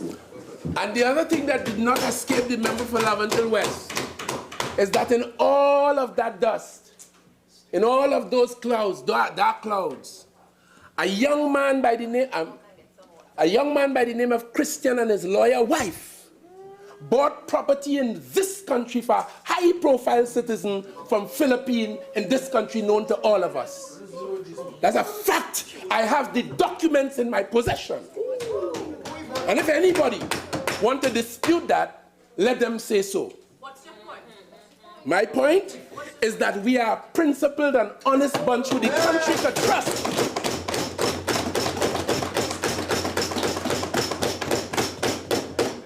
And the country must never take the chance with the UNC again.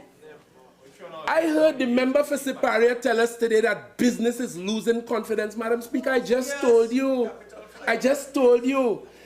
a large chunk of the returns from the successful amnesty, which netted, I think it was about $2.4 billion, more than 4 times the projected 400 million, or 500 million, I'm sorry.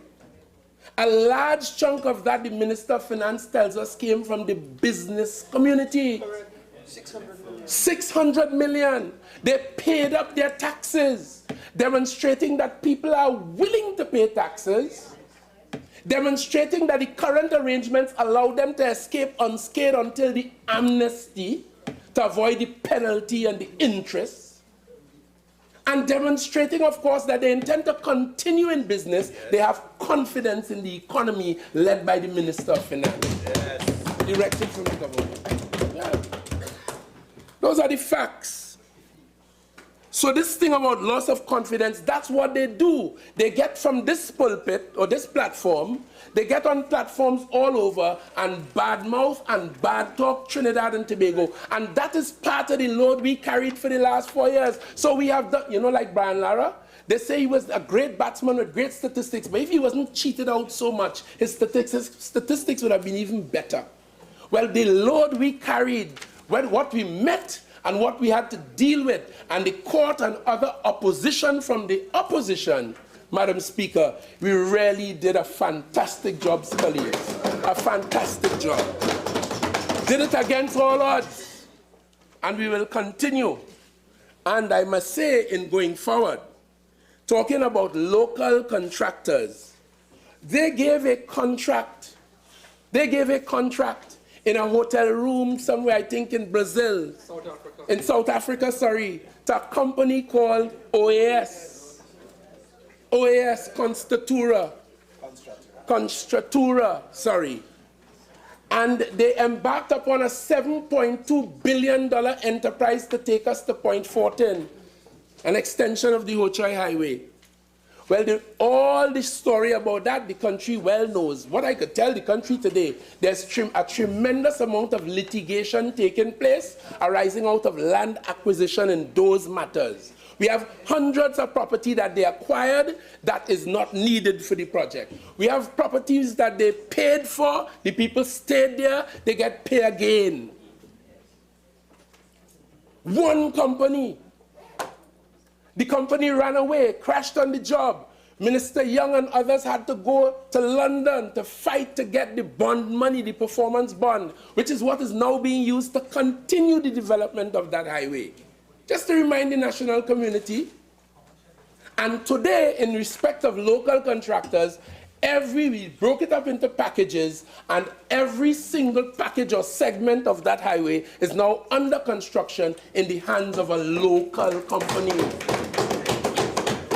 Local company. So when they sit outside, or they're in their bars or in their cars or they're in their offices and they listen to the member for Siparia, they know it's just a tinkering song, hollow, meaning nothing, all in designed to entrap them again. And the country, Madam Speaker, and the statistics will show, when the Minister of Works presents in this budget, the statistics will show that we are now enjoying large contract prices for 30 and 33% less than the 2010 to 2015 period, because a new culture has developed. Open, honest, fair bidding processes, and no kickbacks to no government minister. Nobody knows about that. Yeah? Yeah? The one thing, Chinese contract, the one thing they have not alleged in that is any corruption. They can't. They can't say that nobody benefited from nothing or was about to benefit from nothing. Yes. Yes. Took out the UNC fee. We are very un-UNC in that regard.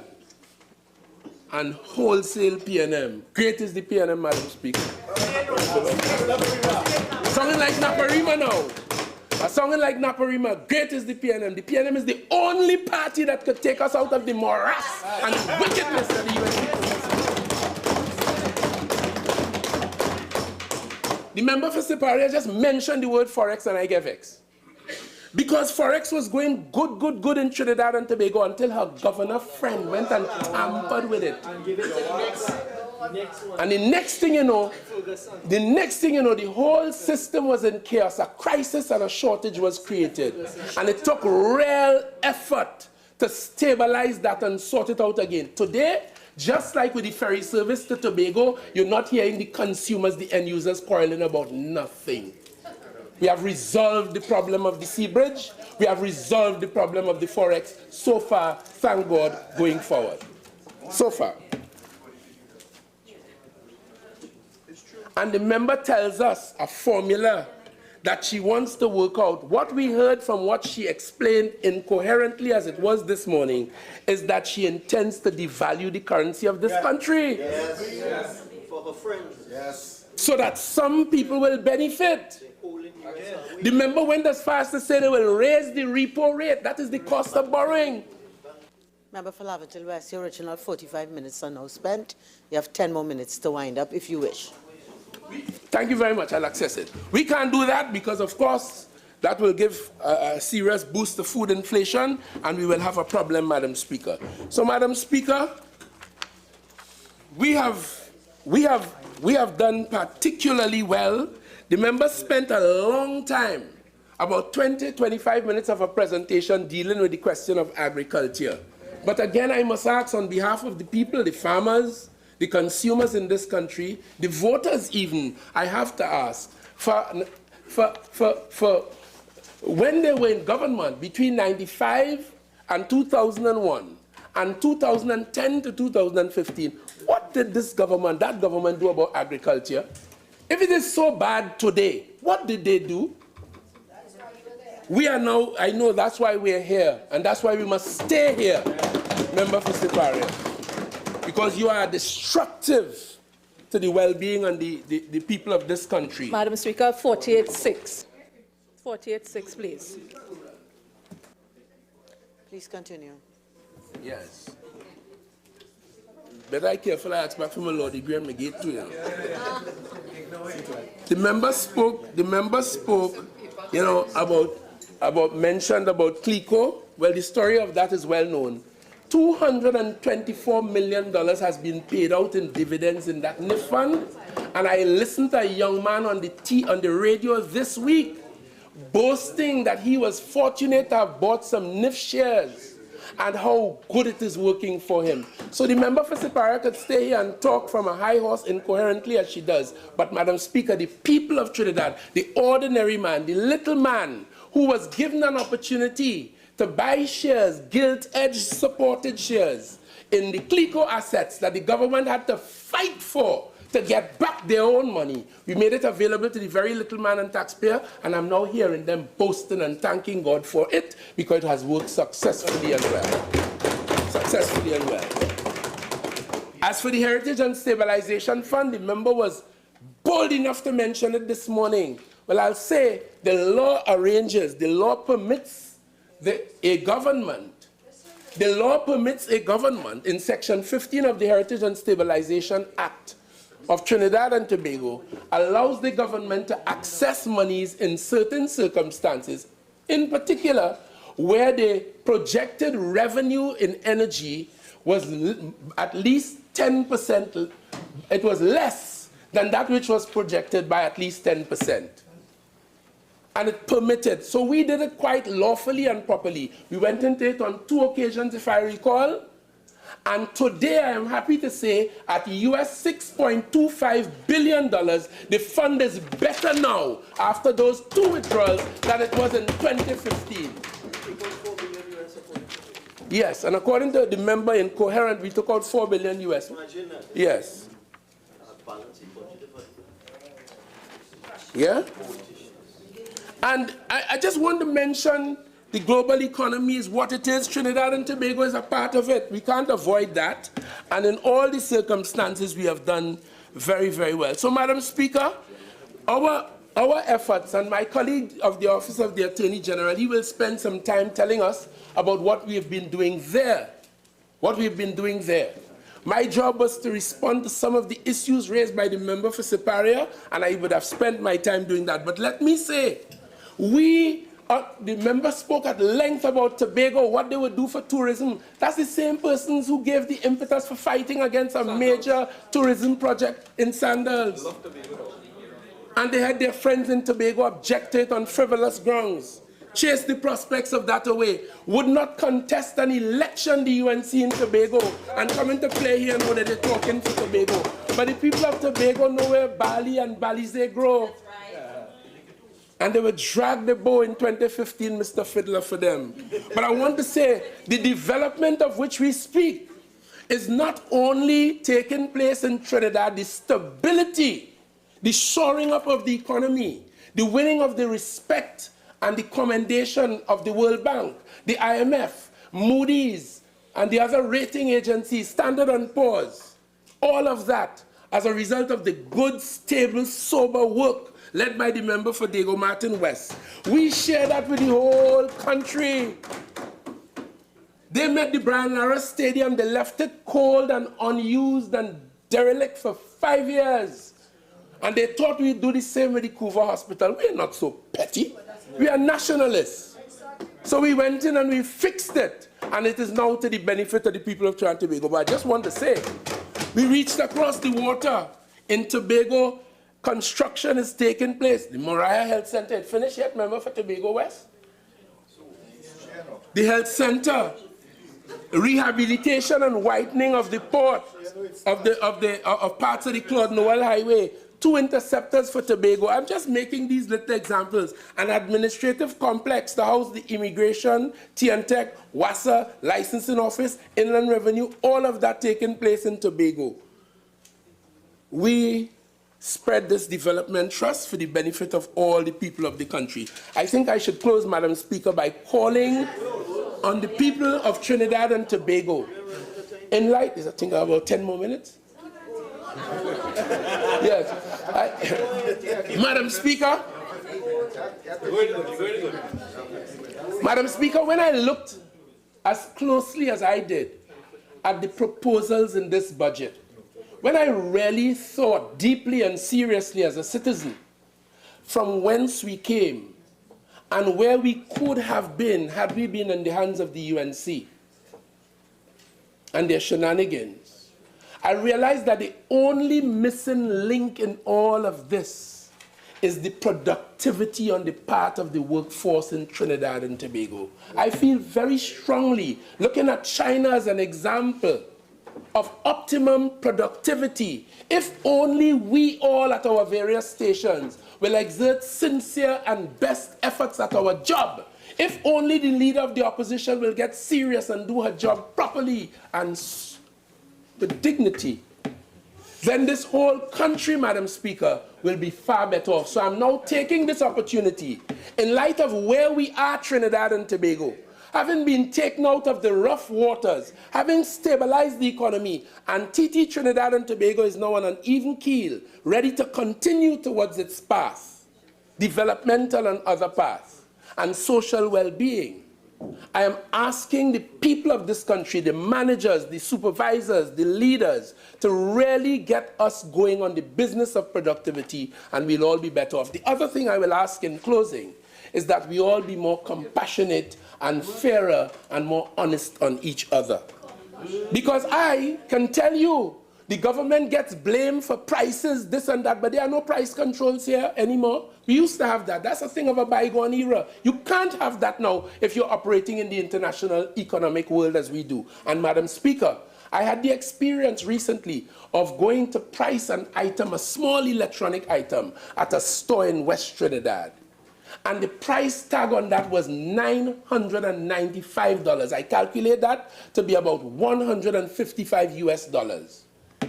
And when I looked online, and the member for Siparia criticized the online tax, but there's a market for that, because when I looked online, the identical issue was $15.87.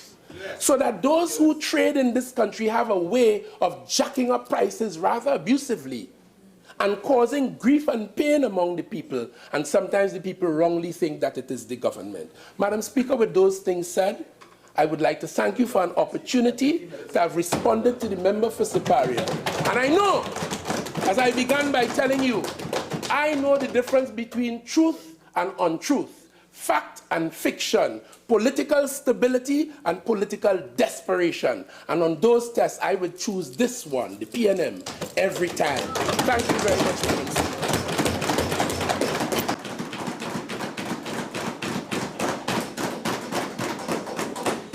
Honourable members, I think now is a convenient time for us to break for lunch. We'll return at 3:15.